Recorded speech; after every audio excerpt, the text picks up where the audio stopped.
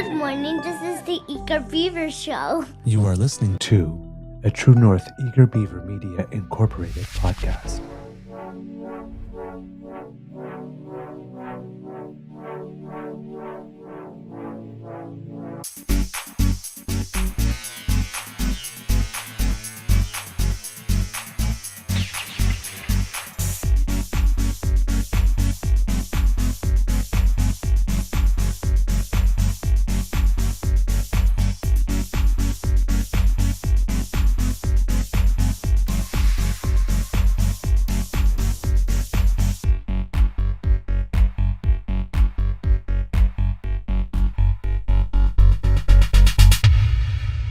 The True North Eager Beaver podcasts are proudly brought to you by our founding sponsors, the Miss V Mysteries from Corvid Moon Publishing, your source for science fiction, fantasy, and cozy mysteries featuring a broad diversity of characters.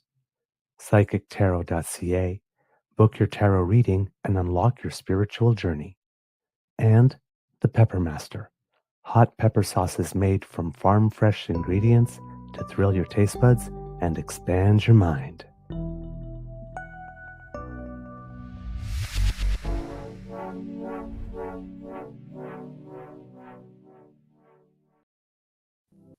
Well, good morning and hello, kids, and welcome to season 5 and episode number 674 of the Daily Beaver Morning Show. 100% Canadian. Today, recording day is Friday, June 20th, 2025. And I'm not sure what kind of day it's going to be here. I see two little clouds, but I don't see any sun. So, not quite sure what's going on here. Because when I see clouds and no sun, and the sky isn't completely cloudy, I'm kind of wondering where's the sun? Because usually at this hour, it's shining on my face and you can see it on the screen. So, yeah, I'll have to check to see what's going on out there after the show. I am your host, the Eager Beaver, pronouns he, him, hey, Mr. Beaver A. And with me, yay, is my good friend, Mr. Grizzly. A big thank you goes to our podcast founding sponsors, the Pepper Master, the Miss V Mysteries from Corvid Moon Publishing, and PsychicTarot.ca. Got a good show for you today, Mr. Grizzly. How's your mental health today, sir? Well, I might be a little tired and grumpy this morning because I failed to pick up coffee on a grocery run yesterday, and I have none in my home. So I'm coffee less this morning, which tends to make me a little uh, this. Okay. Thoughts don't come easily, and I'm still kind of half asleep because I didn't sleep well, even though I went to bed very early. Yeah. So, how's my mental health? After I've had a cup of coffee, which will be in about an hour and a half, I'll let you know. Okay. I know we were talking before the show there that sleep hasn't been all that great. No, and I have a doctor's appointment this morning, so I'm going to address that with him and say, listen, I can fall asleep easily. I don't stay asleep. That's my problem. And it's really, it ain't easy. It ain't easy. So, yeah. All right. Kids and cubs. For me, doing better today. Yesterday, I was a little frustrated because, as you know, I had my medical appointment and I was trying to achieve a couple of things yesterday. And I was thwarted, like left, right, and center. So the appointment went well. Good news. I do not need to have surgery. Oh, that's good. So it seems that everything, I was a good enough beaver and I was able to keep everything okay. And they also said that there's a whole bunch of muscles and whatnot that's helping to keep stuff in place. I no longer have to sleep with the boot. Yes. But it's going to be still a while yet. They showed me the x-ray and the break is like it didn't break through, but it was torqued and twisted. So the gap in the bone is pretty big. And while, 40 days is what they say for bones to heal, the entire space won't be filled up with whatever new bone is in 40 days. That will take a little longer. So my hopes of being back on the tennis courts sometime in July and running is probably going to be delayed until like August or something. I'll still be able to like get on the court and like have a gingerly hit so long as I don't try to, run full speed for a ball that's going out wide. Um, so, if somebody wants to hit to me or in my vicinity, I could practice uh, but I'm not going to be much of a match. I'm not going to be much of a match, but it might still be nice to get on the court. But yeah, it's not going to be a quick, full recovery, which may affect some vacation plans because my beaver sweetie and I were thinking of going hiking, perhaps in the mountains of Romania at some point. The mountains of Romania is not like taking a hike in the Gatineau Hills. Let's just put it that way. It's a little more involved and way higher once you get to the top, and longer walks. So, not exactly sure that my foot will be able to handle it by the time we were thinking of going. So I might have to reorganize some things or just not go this time around, which would be a little sad. So, but that part went well, and then I was supposed to go for some blood work, and it seems that everything is paperless now, and my name was not in the computer system, so I could not do blood work. And you have to understand that, um, for those of you who walk with crutches, when you go out a very very long time on crutches, at some point everything just gets tired. So yesterday was the longest by far I was alone on crutches. So when I got to the hospital, first of all, I went to the wrong hospital for the first one. I went to the same hospital where I went when I broke my foot, and they said, "No, no, you have to go to the day unit one," which wasn't far, but not walkable on crutches. So I got there a little late, and they brought me in, but I got in, had to go all the way to the seventh floor to register, and then back down for a new set of X-rays, which was on floor 0, and then back down to floor. It's like, my arms, they're tired. And then I tried to go get my COVID shot, and the first pharmacy I went to had run out. And then the second pharmacy said, "We're doing it. We're only by appointment." And then I looked to see when there were appointments, and there are no appointments until, well, by the time we got to mid-August, I gave up. So looking at the calendar. So I set out to do 3 things yesterday. I got one done. I was gone around 8 o'clock in the morning, got back around 12:30. So that's like 4.5 hours of walking around and crutching when the most I've done is maybe about 15 minutes. I am sore. I am very, very, very, very, very sore.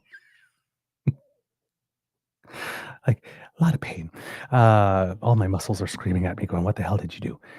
But on the upside, I can start weight bearing on the foot, on the heel. I can't do the full roll down because once you get to this part, that's where it hurts. But I can do this. So once everything gets tired with crutches, I can sort of like just like put crutches down and sort of like gingerly put my foot down and walk a little bit. So that's why I was able to do more yesterday. Um, but again, when you're walking like that, you're compensating in other parts. So yeah, after about like 4 or 5, I'd say about 4 or 5 blocks of walking by putting my heel down a bit and bearing a little weight, my knee, because my knee is not supposed to be in that position when I walk, was like going, "Okay, that's enough now. You need to stop now." And then it was like, "Okay, now what do I do?" So I stopped for lunch because I wasn't gonna make any more distance. And that gave me a little break, and then, I cabbed the rest of the way home at some point because I was like, "Yeah, I'm done now. I just wanna go down and sleep because I'm very, very, very tired." So, yeah, a day in frustration. I was really hoping to, string together because they were all, like, within, like, a 2-block radius that I could do all these 3 things, and it was like, "Yes, denied, denied." But, at least I gave my other leg a little bit of work out because, oh my god, it is so small compared to the other one. It's ridiculous. So, yes, I get to start building the leg back up a little bit too, which will be good and which will help with the return to the tennis courts. And if I can rebuild it uh, well enough and quickly enough, and I'm not afraid of physio. I've been through this process before with the other leg when I had to learn to walk all over from scratch. So hopefully I can rebuild it enough to add some extra endurance, and that will help.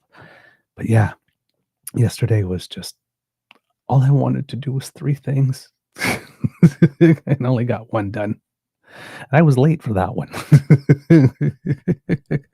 Oh, well. Ah, kids and cubs. Uh, as you know, uh, June is Indigenous Peoples History Month, and tomorrow, Saturday, and we won't have a show because it's the weekend, is National Indigenous Peoples Day. So I hope that you will be able to celebrate in some way. It takes place on the summer solstice, of course, the longest day of the year, because for many generations, First Nations, Inuit, and Métis communities have celebrated their cultures, languages, and traditions at this time of year.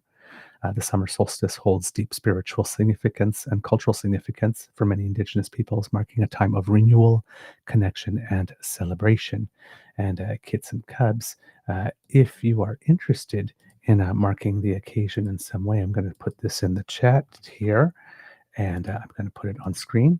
If you use this URL here, it will bring you to a Government Canada site that lists all the activities from coast to coast to coast happening for National Indigenous Peoples Day. So please take a gander at it. And if there's anything in your community that you would like to attend, please join in the celebration. All right. Uh, Cool. Grizzly, you have something off the top that doesn't really have anything to do with the theme, and I couldn't really figure it out how to work it in elegantly. So I'm just going to let you take it right now. Well, it kind of goes hand to hand with what you just spoke about, Okay. Indigenous Peoples Day, and I'll tell you why it goes hand in hand, because the Indigenous peoples of Canada were and have been a marginalized group that's been pushed to the side for centuries, right? Great. We stole their land, we Yep. enslaved them, basically. Anyway. So Reservation system, all yesterday that. in the United States of America, it was Juneteenth, Yes. which is a national holiday. Yes.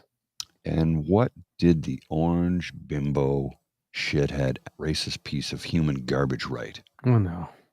Too many non-working holidays in America. It is costing our country billions of dollars to keep all these businesses closed. The workers don't want it either. Soon we'll end up having a holiday for every once working day of the year. I don't know what every once working day of the year means. It must change if we're going to make America great again. Funny how he wrote that on Juneteenth. Yeah, really. Does he not realize then when people are not at work, they still live? He They go places, they spend money. Maybe they'll go to a movie instead. Maybe they'll do an outing. Maybe The they'll do some irony of that tourism. statement from this shithead, though, too many I know. non-working he's played golf Golf. 33 times, Yeah. I know. I know. costing the taxpayer millions upon millions for each golf outing. Yes. 33 times he's played golf this year. Yep. And what does he do? He plays at his courses, which means that all the security, he gets all the profit from that. Yep. Because they he's pay for the completely lodging. ignored the emoluments clause. Yep. It's just a big grift. The whole thing is a grift. Unbelievable, that man. That's the thing. But Juneteenth, typical. and he makes that statement. But typical, right? Because every holiday, well, at least he didn't do his typical thing. Happy Juneteenth, except for everyone. Yeah. These people and these people and these people and these people that I hate, right? But yes, I know. Just that falls right in there. Well, and on top of that, the non-working and the lazy part associated with Black people, Yeah. welfare queen, the whole. It's just this All of it. dog whistle that you can hear so far away. It's just who he is. Yeah, he is. He won't change. No. Oh, Swiss cheese brain, what can you say? Yeah, glad you brought that up, Mr. Grizzly. Wow. Yeah, because it does tie in actually. Yeah, interesting. All right. Yeah, I exactly. know what I'm doing. I got Christian here from a Slav who's never worked for a living. Yeah, exactly. Yeah, indeed. Yeah, you said it. All right, kits and cubs. Well, and Uh, before we get into it, oh, unless you had something, Mr. Grizzly. well, it's from Cat W. Sounds like Ford. Yeah, Doug indeed. Ford's commentary. We'll get into him today. Yeah. Just to address something, because I've seen the comment in the chat many times, and sometimes the show goes down and I didn't have a chance to address it. I know people have wondered in the past, just if you're newer to the show as well, whether or not I'm Indigenous because, the earrings Mhm. that I wear and stuff like that. Um, it's a complicated answer. I do have Indigenous blood in my DNA, both on my mother and my father's side. Mi'kmaq on my father's side, Huron on my mother's. I was not raised a single day in the culture. I have no claims whatsoever, right? Um, I was raised to be proud of the fact that this is in my blood, but that's the extent of it, Mhm. right? Same thing as I was raised to be proud that there's black in my blood, but I was not necessarily raised in black culture either, right? Um, yeah, I'm more of a francophone. Mhm. Right, in terms of the way I was raised. But it's a subject I'm passionate about, of course. And it is, there is one thing, I hope I'm allowed to say this. Not- but one of the most precious thing that I have in my possession, is this here. It's wrapped in red, which I was told when it was given to me uh, is the color of life force. And in it, I hold this and I cherish it very much. I was given a feather because I've had an opportunity to do um, some work uh, within the community, not as a member of the community, of course. I worked with Health Canada for a time, and some of my jobs that I've had over the course of that time had to deal with the Indigenous community. So that's the extent of my link. Um, I have no claims whatsoever. Always defer. Um, but yes, the little bit of knowledge that I have of the community comes from work experiences that I've had, not through anything I was raised or imparted down to me through to my family or anything like that. So it's a long and complicated answer, as they often are with this. But yes, you know, if you did a 23andMe type thing, you would see something, but that is literally the extent. No knowledge, wasn't raised with any stories, wasn't raised with any medicines, wasn't, I'm a French Canadian boy, Mm. right? And that's how I identify more as a French Canadian. But yes, all of this stuff is in me as well as, some Irish and French. And, both my parents are mixed race. So, by the time you get to me, I'm a mutt. So, so just for those who were wondering, but yeah, not not identifying, no claims, nothing of the sort. But I do have a little bit of familiarity that I've picked up along the way. So just wanted to be transparent about that because I've seen the question asked several times in previous chats, and given that it is the day coming, I figured it was a good opportunity to actually answer the question. So there it is. Kids. Oh boy. Okay, there's a lot going on. Um, Yesterday, Bill C5 cleared the committee stage, and it seems that there is a big push to get it passed through the House today. It seems to be expected that that will happen unless there is something extremely out of the ordinary which takes place. Uh, as you know, there are some issues with it. A lot of people are calling it essentially some trust me legislation. And we will have a clip here from Althea Raj coming up that explains what it is. Her main objection is to it, um, particularly, and there's some potential for corruption in the way that this bill is written at the moment. My personal view about legislation, and this is applies to all parties, whatnot, is that when legislation is written, it should be always drafted with a duty of concern and a duty of caution and care and thoughtfulness by the government of the day, regardless of its stripe, because the powers that a bill will convey will be left behind for the next government, because governments eventually fall. And the next government may potentially be formed by a party that the government of the day that granted itself those powers finds most dangerous. And therefore, bills should not be written by a government of the day to make life easier for itself first,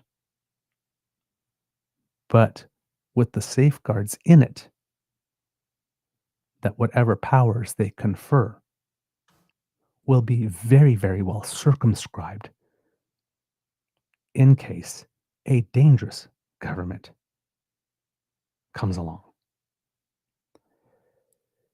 Some of the bills that are being proposed now do not necessarily meet that test.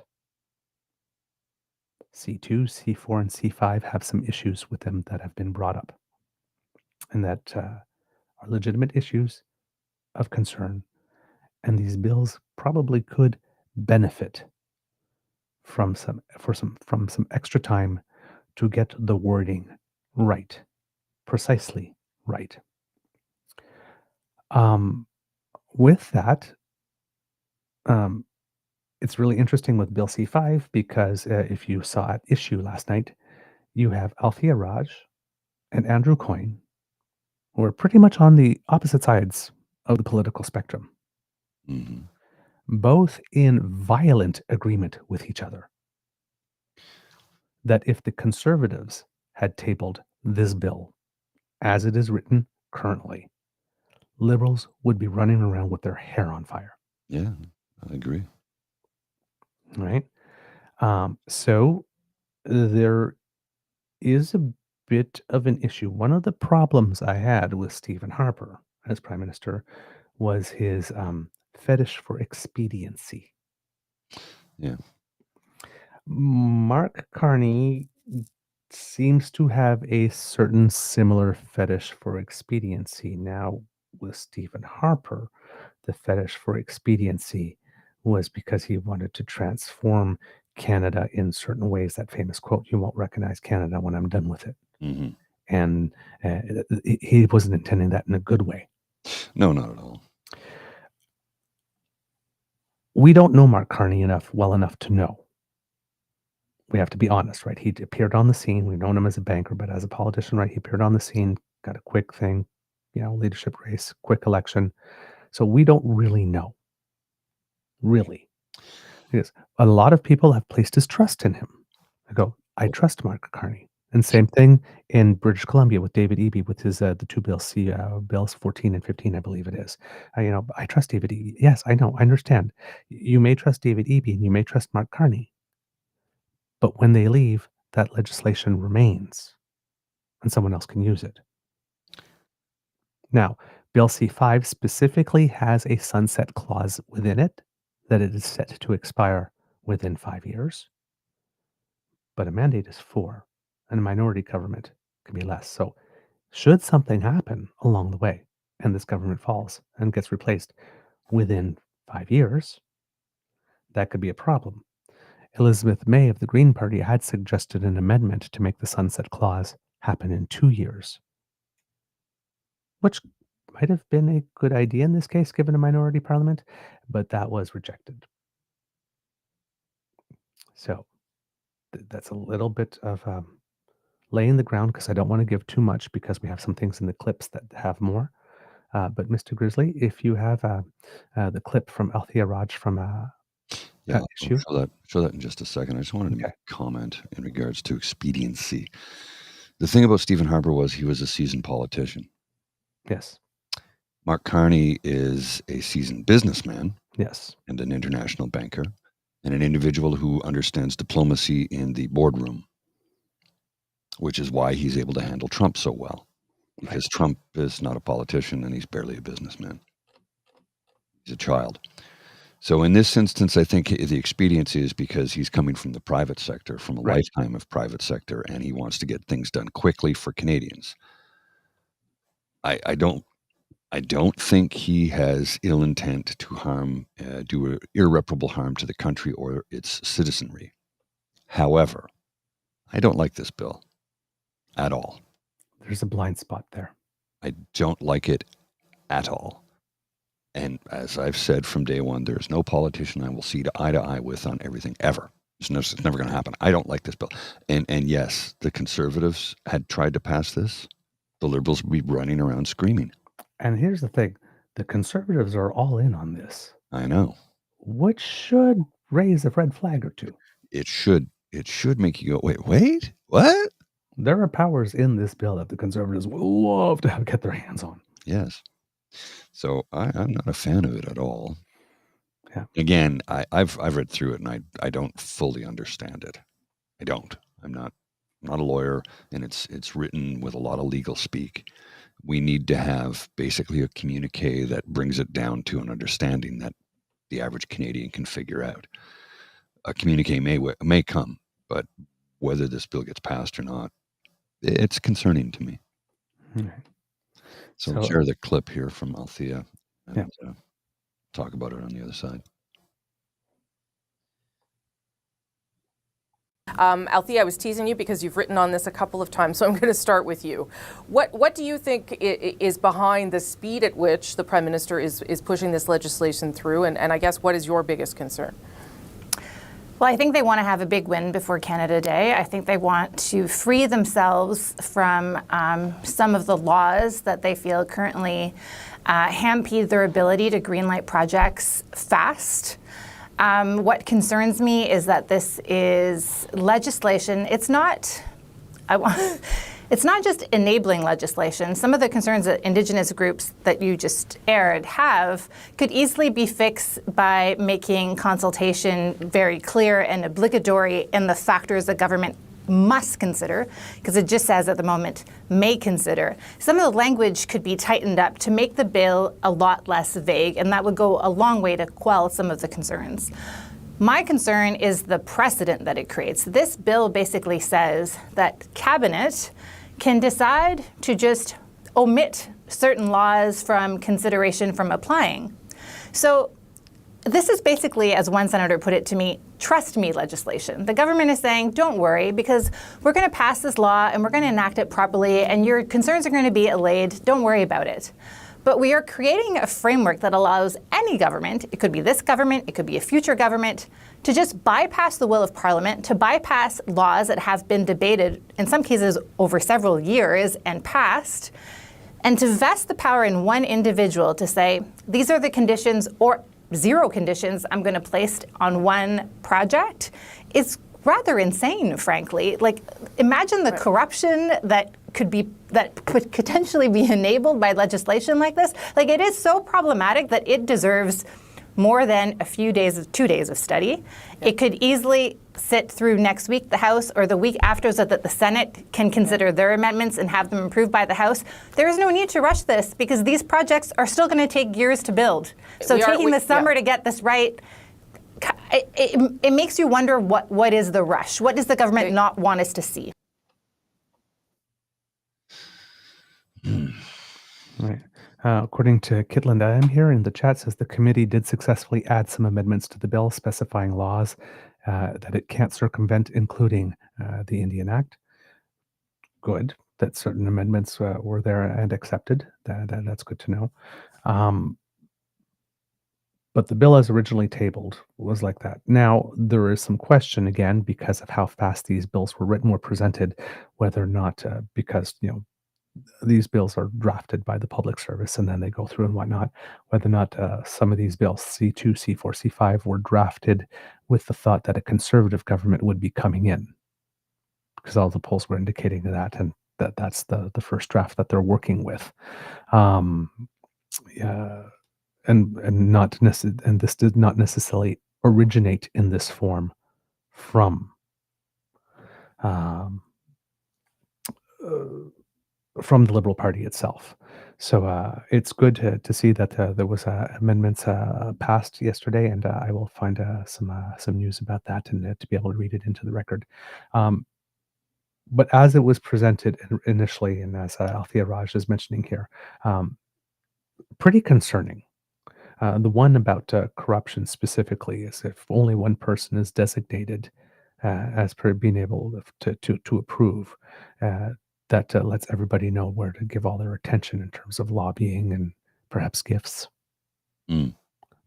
So that's in this age of foreign interference and whatnot, some better safeguards around that would probably be welcome. Maybe, perhaps. So that's sort of Althea Raj's point of view. And now we have Andrew Coyne's coming at from another way. But yeah, they basically get to the same point in some way.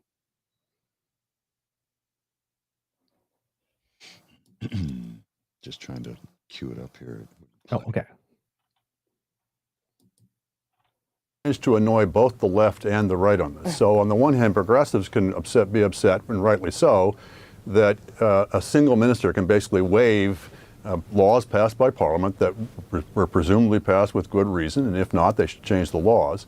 But also people on the right, at least principled conservatives, which apparently doesn't include the Conservative Party of Canada, would be upset by the huge discretion given to a single minister to basically pick winners, the potential for cronyism, certainly the departure from any kind of even-hand market approach to things.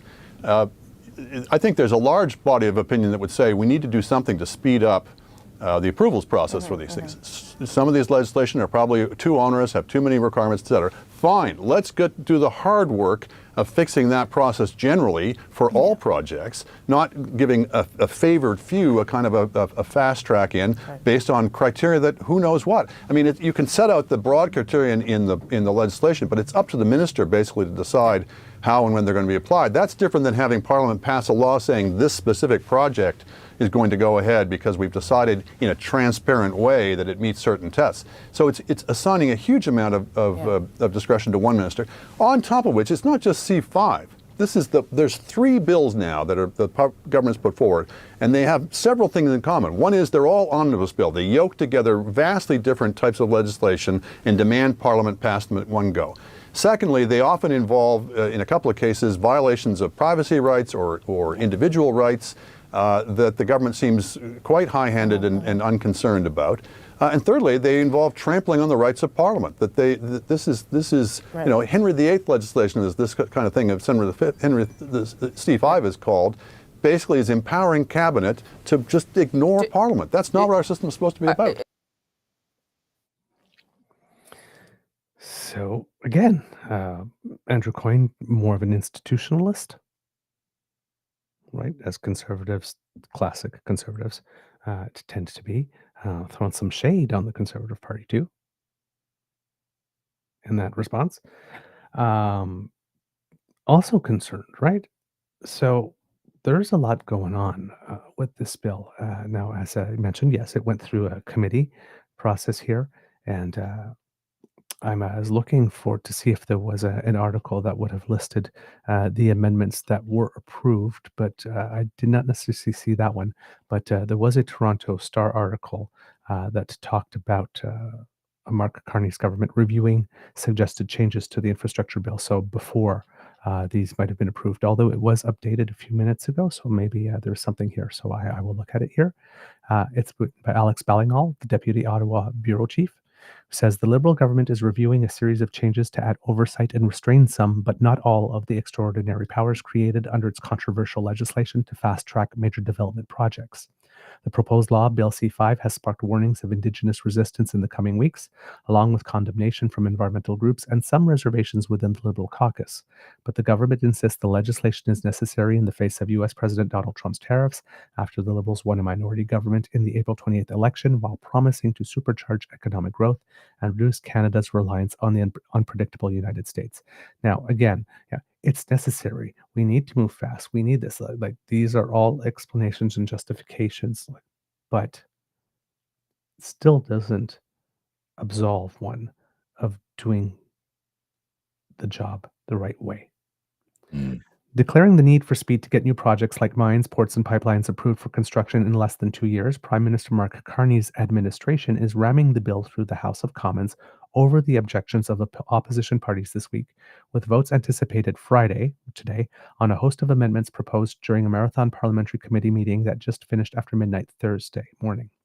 Speaking to reporters on Parliament Hill, Liberal House Leader Stephen McKinnon said the government was reviewing the proposed amendments and that he expects the bill to pass in the Senate next week after it goes up for a vote on third reading in the House on Friday. So far, the bill has passed at a rapid clip through the Commons with the support of Liberal and Conservative MPs, with the Bloc Québécois New Democrats and the Lone Green MP opposing it. Asked about the bill Thursday, Carney was adamant the process it creates will respect Indigenous rights and include, quote, the full embrace of free, prior, and informed consent, a key provision of the United Nations Declarations of the Rights of Indigenous Peoples. He insisted it will ensure participation and consultation with Indigenous communities in choosing and reviewing projects to fast-track, including for environmental and other conditions the developers will need to follow. Quote, consultation, cooperation, engagement, participation is at the heart of C5, Carney said, and that is how you build a nation, and that's very much how we've designed it. Provincial laws seeking to fast-track development under the specter of American tariffs have also faced criticism in recent weeks, including Ontario's Bill 5 that prompted allegations the government is infringing on Indigenous rights. As written, the federal law includes measures to reduce federal barriers to trade and labor mobility within Canada. The criticism has centered on the other part of the bill, and people have been asking for the bill to be split. Right, the part on labor mobility, let's just pass that, but let's spend some time on the second part. The criticism has centered on the other part of the bill, which aims to create a special process that gives the federal cabinet the power to choose and fast-track development projects it deems to be in the national interest. The current version of the law says the government may consider any factor it sees fit and gives the federal government the power to skirt laws and regulations, including environmental protections, used to assess chosen projects for approval. The bill says the framework to choose projects to fast-track will expire after 5 years. The opposition parties' amendments include measures to increase parliamentary oversight of how the law is used. One proposed change calls for the creation of a special committee to examine how the law is being applied, similar to the body of MPs that was automatically created when the federal government triggered the Emergencies Act to quash the so-called Freedom Convoy in February 2022. Other amendments would require the government to disclose documents it uses to choose whether a project gets fast-tracked, publish an advisory 30 days before bringing a new project into the process, and release a report on Indigenous consultations 60 days after a development is authorized through the new law. The proposed changes also aim at the special powers the bill would create, with amendments to limit which laws the federal cabinet would be allowed to skirt in the name of approving a development project. One of the amendments says the government would not be able to do this when Parliament is dissolved or suspended. Another, supported by both Conservatives and Bloc Québécois, says the government wouldn't be able to circumvent laws that include the Criminal Code, Ethics and Conflicts of Interest legislation, the Indian Act, or the Official Languages Act. Those are reasonable exclusions there. The committee shot down other proposed amendments, including changes to write the Liberals' professed 2-year deadline for project approvals into the bill, and to reduce the sunset clause of the special fast-tracking process from 5 to 2 years. At Wednesday's long committee meeting, Lance Haymond, chief of the Kibawek First Nation in Quebec, warned the lack of consultation in drafting the legislation could lead to protests like the Idle No More movement against the former Conservative government's bid to rewrite project assessments in 2012. Quote, the conditions for an Idle No More 2 uprising are being written into the law as we speak, Haymond said. McKinnon defended the bill, Stephen McKinnon, who's the House leader, Thursday and shrugged off a question about how some Liberals have raised questions about concerns from Indigenous leaders and groups like the Assembly of First Nations. And here's what I'm talking about when Andrew Coyne is talking about high-minded sort of rejections. These questions, when they are being answered, should probably not be shrugged off. That type of attitude doesn't help. Quote, "We believe that by moving ahead on projects, we will continue to give Canadians the confidence that we can get big projects done, can create jobs for skilled trade workers in this country, can attract investment, and can create economic development opportunities for Indigenous peoples," he said. Okay, I understand that you want to create economic opportunities, and we know we have to act fast. But we can't be sloppy, right? We are trying to restore Canada's reputation as a place that we can do business because a lot of people are making the claims that it just takes too long and who wants to invest here. So I understand that. I understand that we want to provide clear, predictable, transparent rules to know what the process and timelines will be. That's what's needed. This bill is not accomplishing that part. Because if that bill, as written, creates opportunities for protests and things to be in court, then all of a sudden it's not a clear, predictable, and transparent process. So you want to give yourself the permission to move more quickly, let's say than 5 to 7 years to approve something. That's understandable, and there could be ways through streamlining and all that kind of stuff where that can be achieved. But you don't want to go so fast that everything gets tied up in courts and you're creating unpredictability of another kind that's just as damaging to investment, particularly foreign investment. Now, as Althea Raj explains later on in the issue, it's not just the traditional sort of oil companies and who want to be able to fast track projects. People on the pro environment side would like that too, right? Let's get that wind farm approved quickly. Quick, Mother Nature's watch is ticking. We need to do this fast. So there are advantages for everyone in order to be able to have a process that's a little more professionalized, to take a little bit of the CEO kind of stuff in terms of professionalism and expediency and bring it in while still remembering that Canada is not a corporation. Right? Well, that's CEO Mark Carney only has to remember the shareholders, but Prime Minister Mark Carney has to remember that absolutely everybody that lives in this country is a shareholder. I think he gets that. I mean, he did talk about that when he was in Washington and said, I spoke to the owners of Canada and they said it's not for sale. Mhm. Whether or not he puts that into practice full time is another story, and that remains to be seen. But I think he gets it. Mhm. Now, in this next clip here, and like as I said, maybe that is the case, right? And if you look at everything in terms of like his book values and all that kind of stuff, and Mhm. we showed, at Pride he stood on the hill, and like this, he's not a hardcore right, clearly, No. but he does come from that side, and my main concern is not necessarily malicious intent, but a blind spot potentially, and the CEO mentality is I say it, you execute. What's the delay? Mhm. Because when when you only have to serve your shareholders and all your shareholders are on board and all that kind of stuff, that's one thing. But if you if you thought of Canada as a corporation and absolutely everyone is a shareholder, well, all the people that voted Bloc, all the people that voted NDP, all the people that voted Green, they're not on board with this as it is. Mhm. Yes, and you can't just, as you would in a company, say, "Well, we're doing it anyway." Do it anyway in that same way. Yes, you have to take the time and make sure that people are on board and that you have reached out. So a little more talk, consultation, a little more visibility on those soft skills without making statements like, "Well, we need this, so it just makes sense." So, right? need a little more, and that was the point I was making yesterday. It's like Mark Carney definitely has the IQ, and he definitely has the EQ in the boardroom because he's able to handle Trump and all that kind of stuff. He's able to handle Daniel Smith, whatnot. But there's an EQ element as well that is dealing with people, citizens, and stakeholder groups that have different opinions than yours. And that might be a skill that's not necessarily in the boardroom when you're at the international banker level. So there I might don't be a know. little blind spot there. There is a subset of citizenry in this country, and more so in the United States, who believe that Canada is a corporation and the United States of America is a corporation. Now, under Trump, it's looking more and more like that every day. Under Carney, this new bill, C5, C5? Yeah, C5?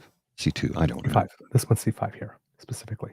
This new bill, that brings us more into the corporate guise, if you will. I don't care for the bill.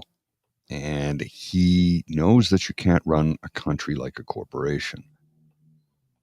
Whether or not he's able to put that into practice is a different story. The jury is still out on that one. This initial bill is not promising. It's Yeah. not promising. Now, amendment process, like this, there's some good things in there that happened. I was Lindan pointed to me to a National Observer article, so I'll go take a look at that as well. Mm. The next clip we have, so this is sort of punditry bringing in some perspective. The next one we have is Cody Blois, who is the parliamentary secretary to the Prime Minister personally. This is an interview that he gave with Power and Politics yesterday, and in it you will see what I mean about he speaks to it very well. He clearly seems to know the bill.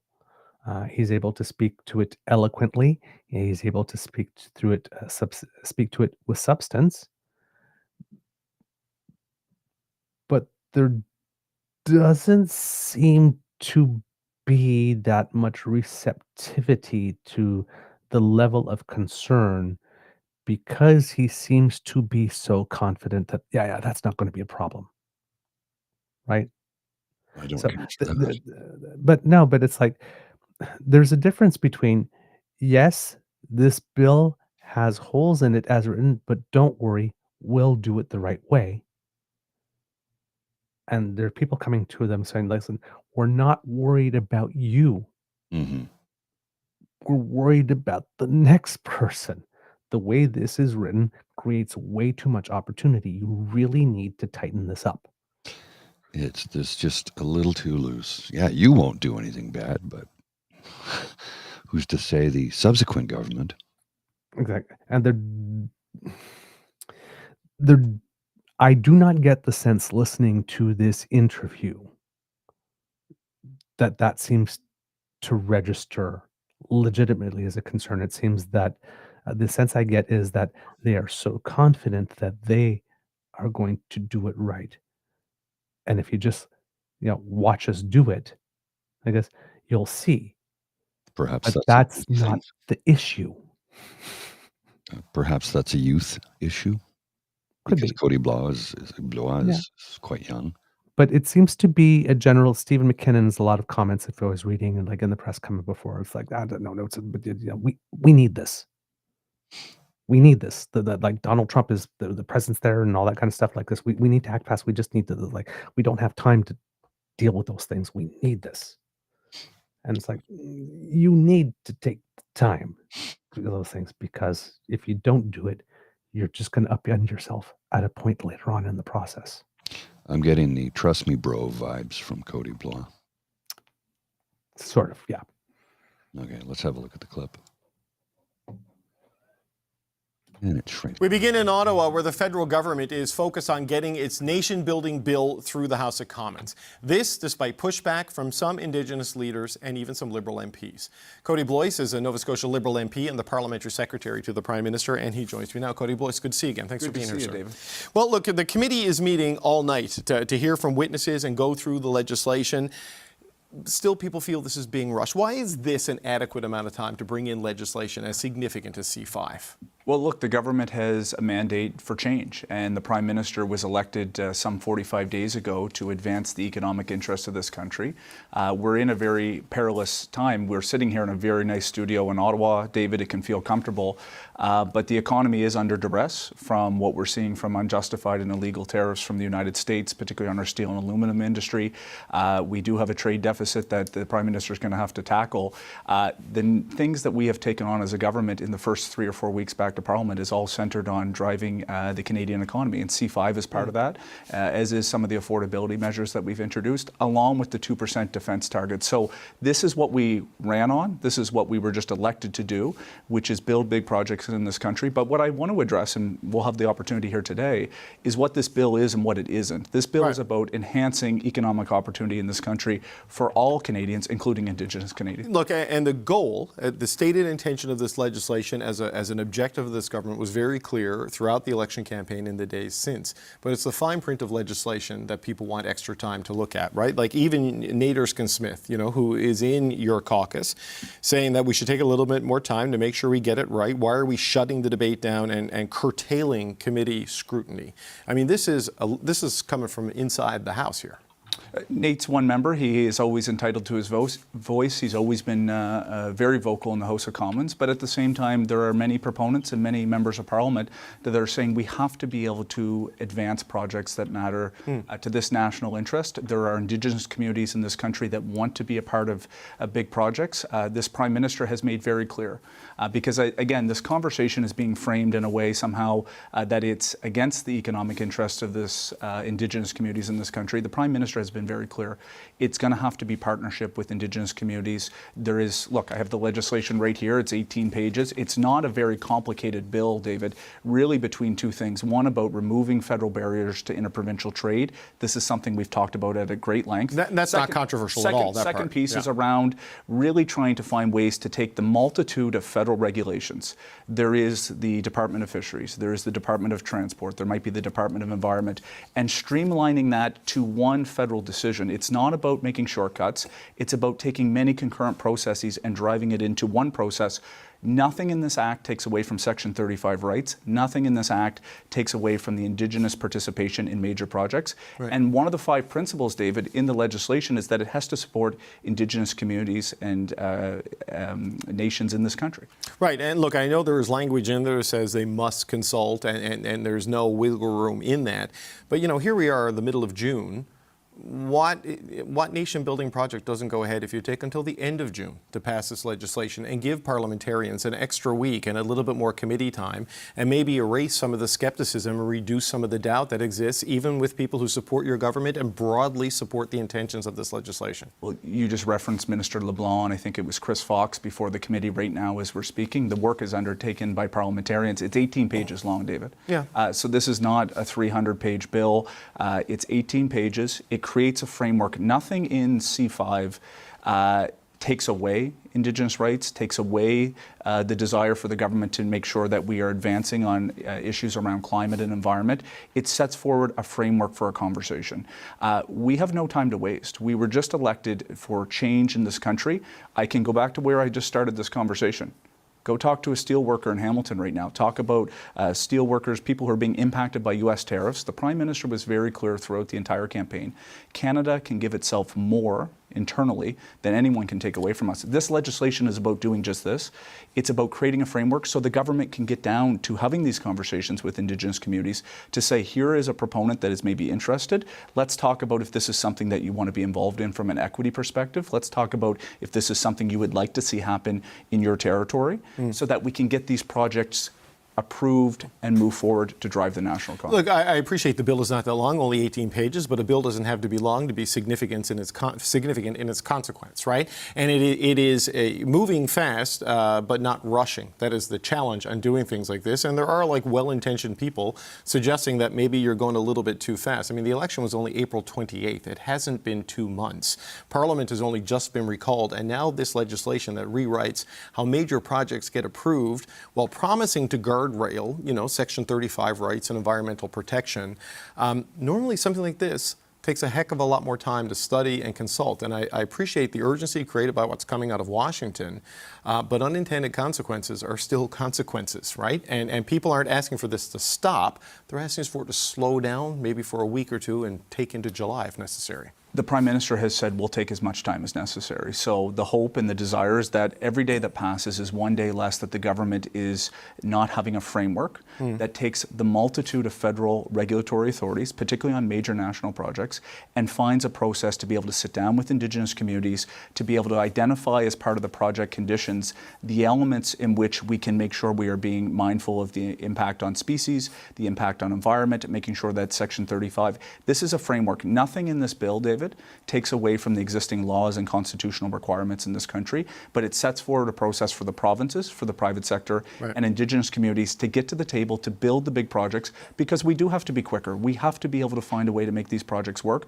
without compromising the public policy values that undermine all of the statutes we're talking about. I know the Prime Minister said take as much time as is necessary, but there's a reason the Transport Committee is going clause by clause till midnight tonight. It's to get it done in a short, compressed time frame. And the plan, as it stands right now, is for Parliament to approve this and then rise by the end of this week, is it not? Like, the goal is to get this done by Friday. That's not as much time as the goal is to set forward a framework in legislation that allows us to sit down to be able to identify a few projects. We're not talking about thousands. We're not talking about hundreds even, David. We're talking about perhaps maybe a dozen to 20. I don't want to put an exact number, but that is kind of the parameters of what we're talking about here. Major national projects, some of which, by the way, have been in the hopper for quite some time. But we need to be able to make sure that there's a pathway. I'll give you an example. In some projects that are nation building in this country, you may have multiple approvals and authorizations from certain federal agencies, and others where their process has not even started. How do we find a way to streamline that? That is the goal. Sure. It's not about taking away anything from Indigenous communities. You know, I had in my ear on the way in comments made by Premier Ford.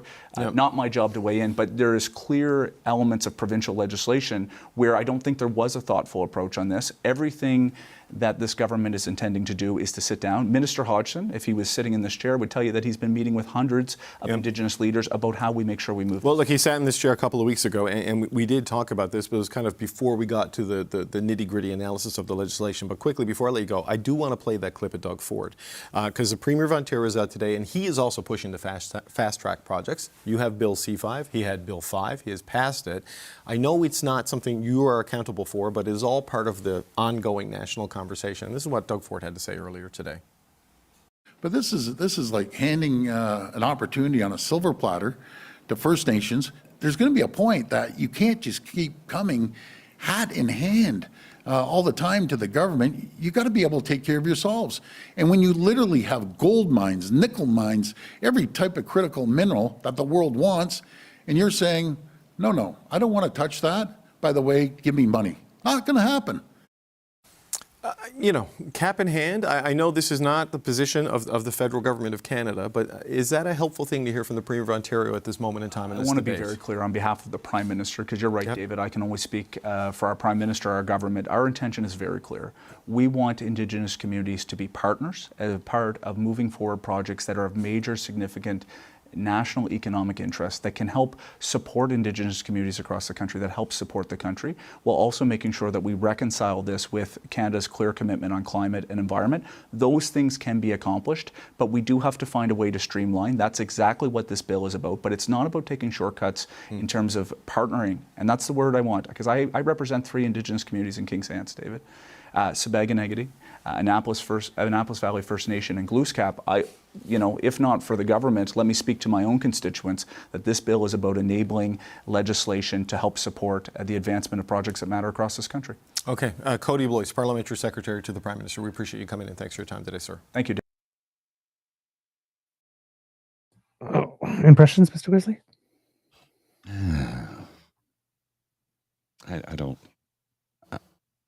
I don't come away feeling good about that. So that's the same thing, right? So he speaks eloquently to it because he can give substance, but we have a mandate. Okay, yes, you were given a mandate, but you were given a mandate to do it any which way, right? It came off as a little bit of cocky and arrogant to me. And some dismissiveness, right? It's like Nate had some objections. This is coming from your own party. Well, Nate has always been vocal, but brushed aside. Yeah. We have no time to waste. We were elected to do this. Yes, you were elected to put the economy like this, but again, not any which way. We'll take as much time as necessary, he states.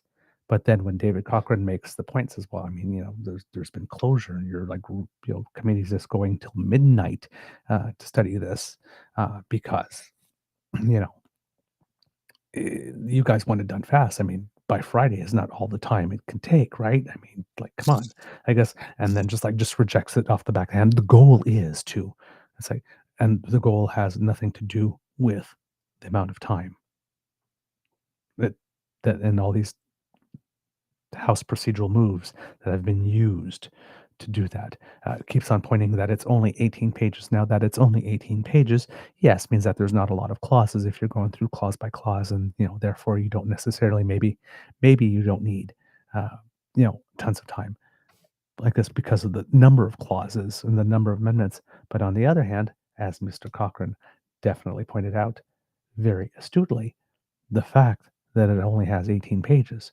doesn't mean that the changes in each one of those clauses cannot have incredible significance.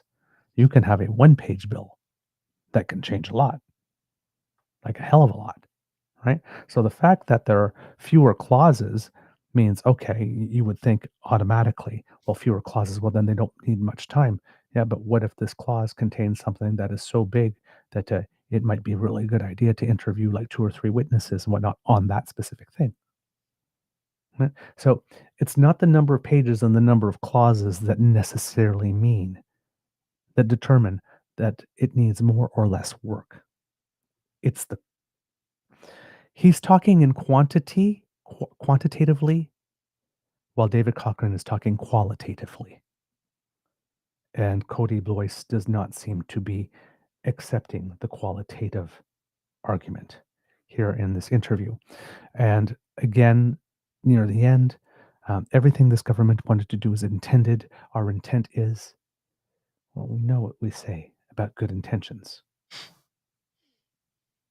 Never enough. right? So it stands like this, and there is a need to move faster, right? Move fast, break some things, but can we at least take the time to scan the room first to look at and make sure that the things that we are going to break are the things that we do need to break? And when we swing our bat, swing it in such a way that we break the thing and maybe not take 2 or 3 things out with it. Well, I've never been a big fan of that move fast and break things. It's like move fast, things will get broken should be a better approach. I mean, move fast and break things. Well, it sounds like you're just trying to go through willy-nilly and anything that's in my way, I'm going to destroy. It's like, no, we're going to move fast and some things will get broken. I think that's a just more cautionary approach to it. It's like, but Well, and again, as Athea Raj puts in the first statement, yes, okay, there are some projects that have been studied and are ready to go. Yeah, yes, but they're probably studied and are ready to go because they've been improved through the processes that we've had already. And they're looking, or maybe there's 1 or 2 things left, or there's some additional financing or whatnot. So there are some projects that are ready to go. They're probably not big ones like pipelines and all that kind of stuff. It could be a port renovation, could be that type of stuff. But for the bigger things, however, it's just there really is no reason for which. And if they are asked this, and there's whenever they are asked this, and everything that I've read, it's always a dismissal to something else, or like what's the big deal that you can't take an extra 2 weeks to make sure you get this right? Well, we were elected to do this, and we got to move fast because there's a Trump threat. That's not a good reason to want to skip that, and there's certainly nothing so pressing that 1 or 2 extra weeks could not be dedicated, right? So it's almost like we were elected and we got a mandate, so and there's urgency because there's a threat, so we got to move now, and that's the extent of the thinking. And while all of that is true, there's more. There's more. So yeah, I would have liked to have seen more acknowledgement and receptivity to the concerns that were brought in these answers. So, to be convinced about that intent. I didn't get that from this interview. Now, again, this government hasn't been in power long enough. We don't know, right? And we have no reason to assume either that they're of bad faith or anything. But when a bill like this passes quickly, once the legislation is, you don't want to pass the legislation and then find out that you misassessed the government. If you have, right? You want to take the extra time to be sure. Because you will only know if you've misassessed the government when something bad happens. But that legislation's already there. So there's a bit of cart before the horse type thing. There's a bit of chicken and egg. Well, you can trust us, but you haven't been there long enough to know that we can trust you. It says, but trust us, we'll be, everything will be fine. But shouldn't you put something in there that lets us know that for sure we can trust you before we trust you? Right? It's a dance, and something has to come first and something has to come second. I understand that, and there's order of priorities in which you do things. But as urgent as things are, and we do have to move quickly, right? We don't have time to luxuriate in navel gazing. But we do have time to take one or two checks in the mirror to see if our hair is right and, the colors, not half the colors up or something, right? It just seems that there's not that much willingness to do that part. I could be wrong. It's just a sense I'm getting here. I'm not the only one who has that sense. But like I said, it could ultimately be all right. And like I said, there are more amendments and they're going to be voted for. And it has to go through the Senate and there might be more amendments there and all that kind of stuff. So the end product we might have still could be good.